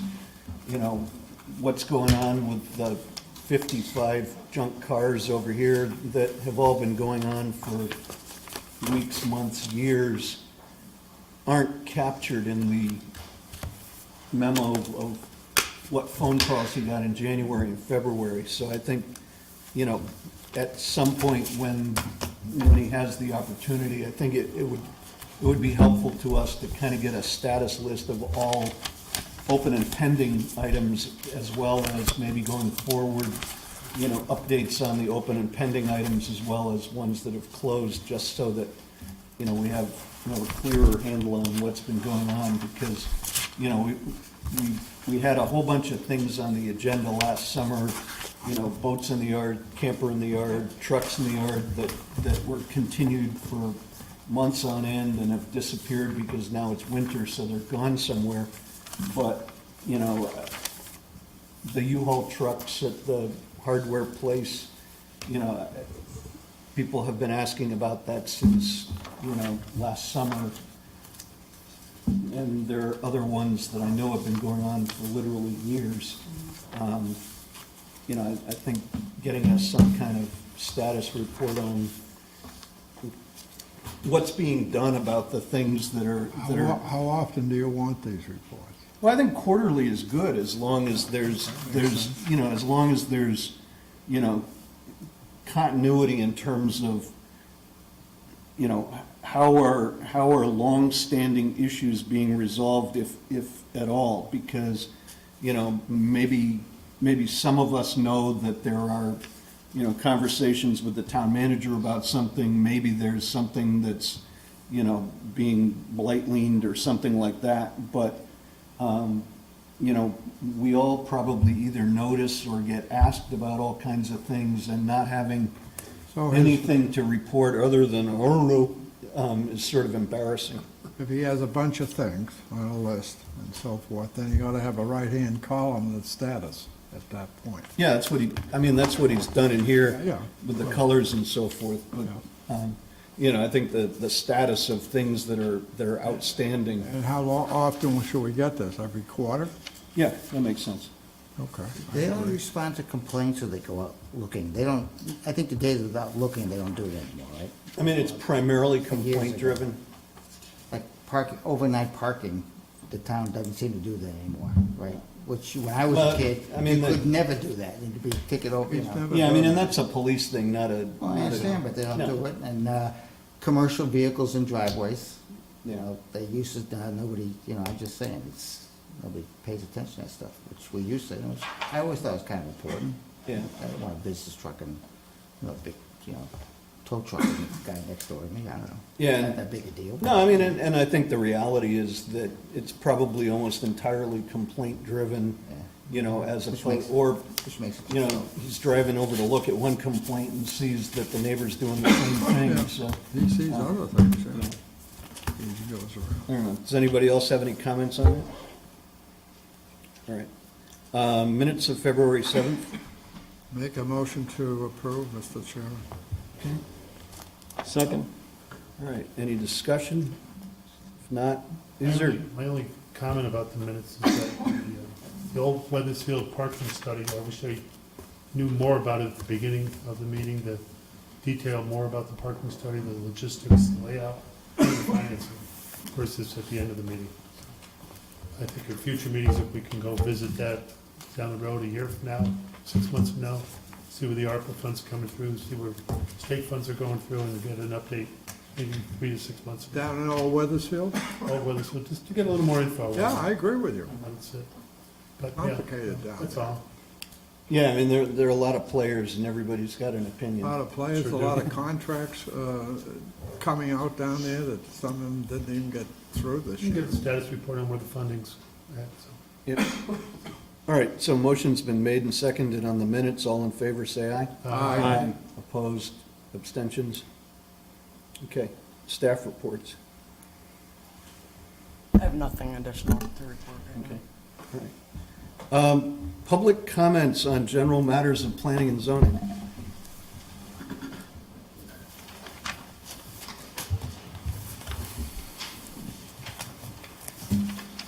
This is just by accident, but I thought this might be an appropriate place to bring it up.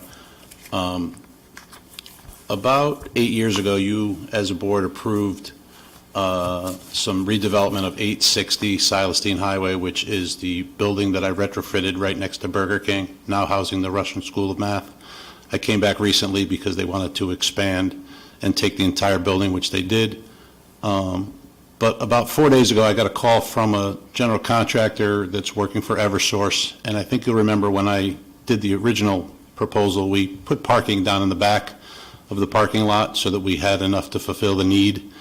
And with the approval of this board and with the town engineer and landscaping George brought up earlier, we planted some very expensive trees in the back of that property on the hill that leads down to that thing, to the parking lot. And Eversource's contractor called 4 days ago and said that they're doing some sort of vegetation mitigation, and they're going to cut down all 9 of the trees that are behind my building and leave me with 9 stumps. The trees have been there for 7 years and are pruned every year, and I just wondered if, and this might be a thing for Denise and I after, but I just wanted to bring it up since their Who number said 7 this? was on there. Wait a minute, Who said this? Eversource, we're underneath the power lines. We rent the space for that back parking lot. And you wanted to cut the trees down? No. I paid for them. I don't want to cut them down. But the Eversource now is saying that the trees are not compliant. And at the time that I came, What's their basis for that?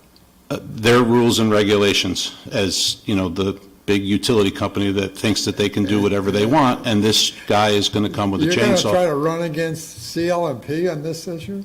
George, you know me pretty well. I've been a fixture in Good town for you. 15 years. Carry on the fight. And They think they're pretty important under these lines, you know. well, and that's fine. They're well within their right to protect their power lines, but when they gave approval themselves for the particular trees that I planted and paid for, and you as a board approved my site plan with those trees there, I think it's a little strange that now they just think they can come and cut them down and not replace them.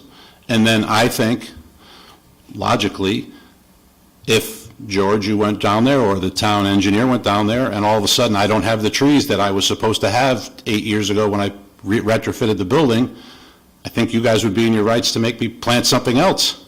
And I think that's, Did you ever check with CLMP whether you could? no, we had full approval from CLMP. That was part of the site plan we brought here. It was approved by CLMP to get the easement.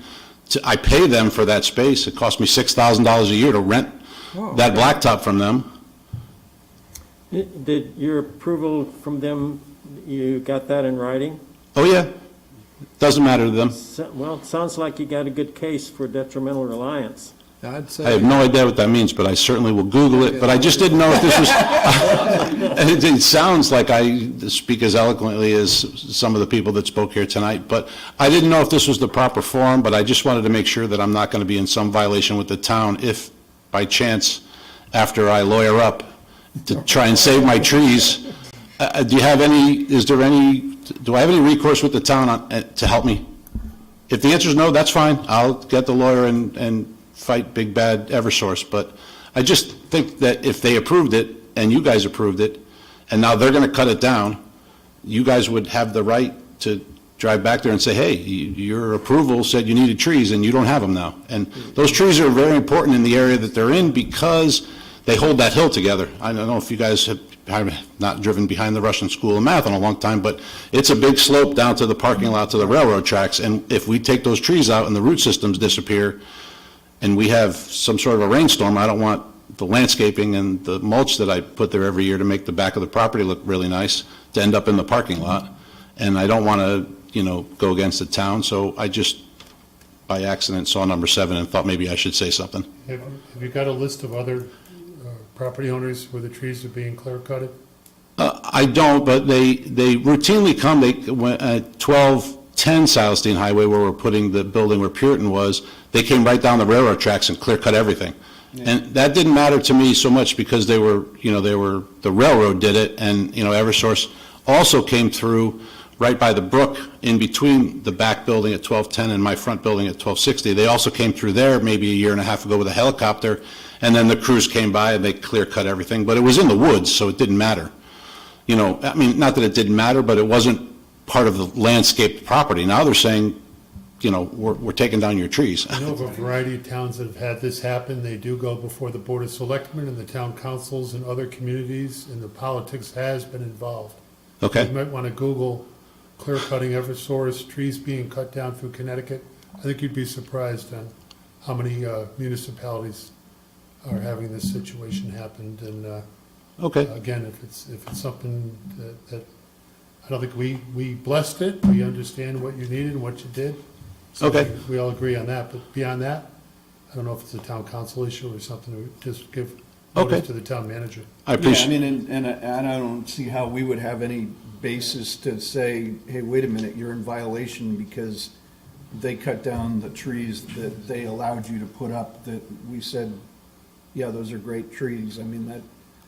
What about like the count? Like you said, I had to have so many bushes, so many trees. Now I'm not going to have those. Am I grandfathered in? If the tree died, you would have made me replace it in the first year when you looked at it, correct?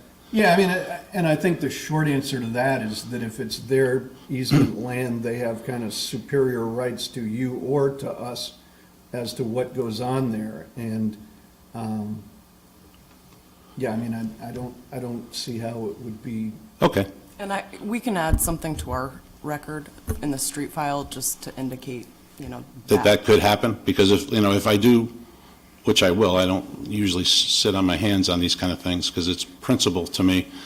But if I do fight and lose and they cut the trees down, I'm not going to be in any violation with the town, you don't think? Because they're going to be superseded by Eversource? As long as you could provide me with some of that correspondence and we could add it to the street file, then we wouldn't send the enforcement officer out to do anything. All right. Yeah, there's nobody who can see it who's going to call him to get you onto this list. Which is why we didn't want to put the trees there in the first place, but but they're there.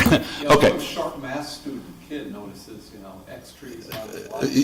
Yeah. I still Making a bundle of sticks. Yeah, 10 years later, I'm still trying to figure out what Russian math is, but that's for a different day. I'm still trying to figure that. I'm just, to be honest, off the record maybe, I'm just glad there's not protests in front of my building for some reason. One country minus one country. Yeah, we'll just leave that as it may, but I appreciate appreciate your feedback on the tree situation.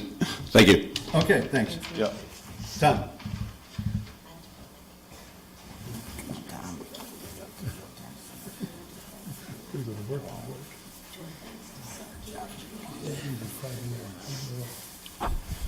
So, I feel like I'm not doing my job. I'm the liaison between the town council and the planning and zoning.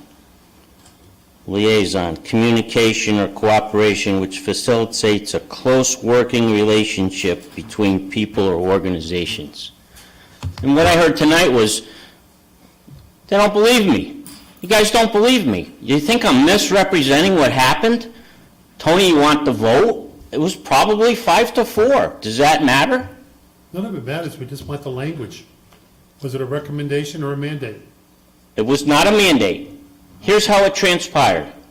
We were asked, as the council, from planning and zoning, to take our temperature, I think was the wording, as to what we wanted to do with cannabis regulations. And that's what we did. And the temperature was, we didn't want to have retail sales.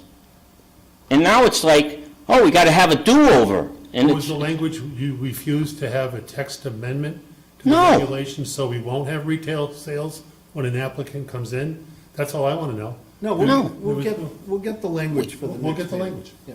It wasn't, we weren't even sure if we were supposed to vote on it, because it was like an opinion, okay? And we did vote on it. I think I brought it up, that, yeah, we need to vote on it. People need to know what, So at this point, why wouldn't you give us direction now? well, Isn't that your job? I mean. this what's the council- purpose of the Planning and Zoning Commission? Why don't we That's just, okay. we could Doesn't just have call to all be the you shots? guys. What's the purpose of town council? Isn't it- Well, the town council could say, okay, we don't want to have any apartment houses. Okay, then you don't have any. Come on, Dave. But you wouldn't say that, though. No. I'm not, But hasn't this body said no to certain things, like auto sales, right? I don't know if it's still on the books, but you can't have Well, automotive we sales think it is. outdoor. Yeah. Right. Why? Is it a sensitive issue? You don't want, kids seeing a lot of cars parked on the Silas Deane Highway? I mean, Paul, you said it just like it is, right? I think the council didn't want to have that tied to the town of Wethersfield, as we're one of the towns that promotes recreational use of cannabis. Period. Simple. They Right. waffled on it and gave it to No, us. we did what we were asked to do. Yeah, I don't think they want. It was ours to begin with. Yeah, it was us. Yeah. So I apologize if I wasn't clear, but I'm not misrepresenting what transpired. And I said when I got up here, I'm representing the town council, and I'm also representing Tom Mazzarella, who lives on Walcott Hill Road, because I'm entitled as a resident to have an opinion about what goes on in town. Tell the So- council members that George said you represent them very well. You're a good liaison. Well, it doesn't That's all appear I that way. care. Because They'll pay attention. I heard nothing but doubt up here. It's like, we got to watch the Zoom meeting. Come on, Tony, you know me. You're a great liaison, Tom, nobody disputes that. Yeah, exactly. Thank you. We'll just That's good. give it one last thought. I mean, generally, if the council has a really strong opinion, they pass an ordinance that's prohibitive, and in lack of council action, it goes to planning and zoning. That's why I'm here today. I'm happy to address the town council as well. I think when that opinion was taken over a year ago, there was a lot of unknowns regarding cannabis and what cannabis sales would look like in this state, and I think we have a lot more data now. So I think if we're going to rely on the council's recommendation then I'm open to discussing it with them again, too, if we go there. But I don't want to go on an opinion that was one way or another lightly over a year ago before these stores opened. I think that's what the purpose of a moratorium was, to not be permanent, and to leave you guys, who are the land use experts, with the right to decide. Thank you. All right, anything else? Not? Is there a motion to adjourn? So moved? Second. All in favor? Aye. Aye. Opposed?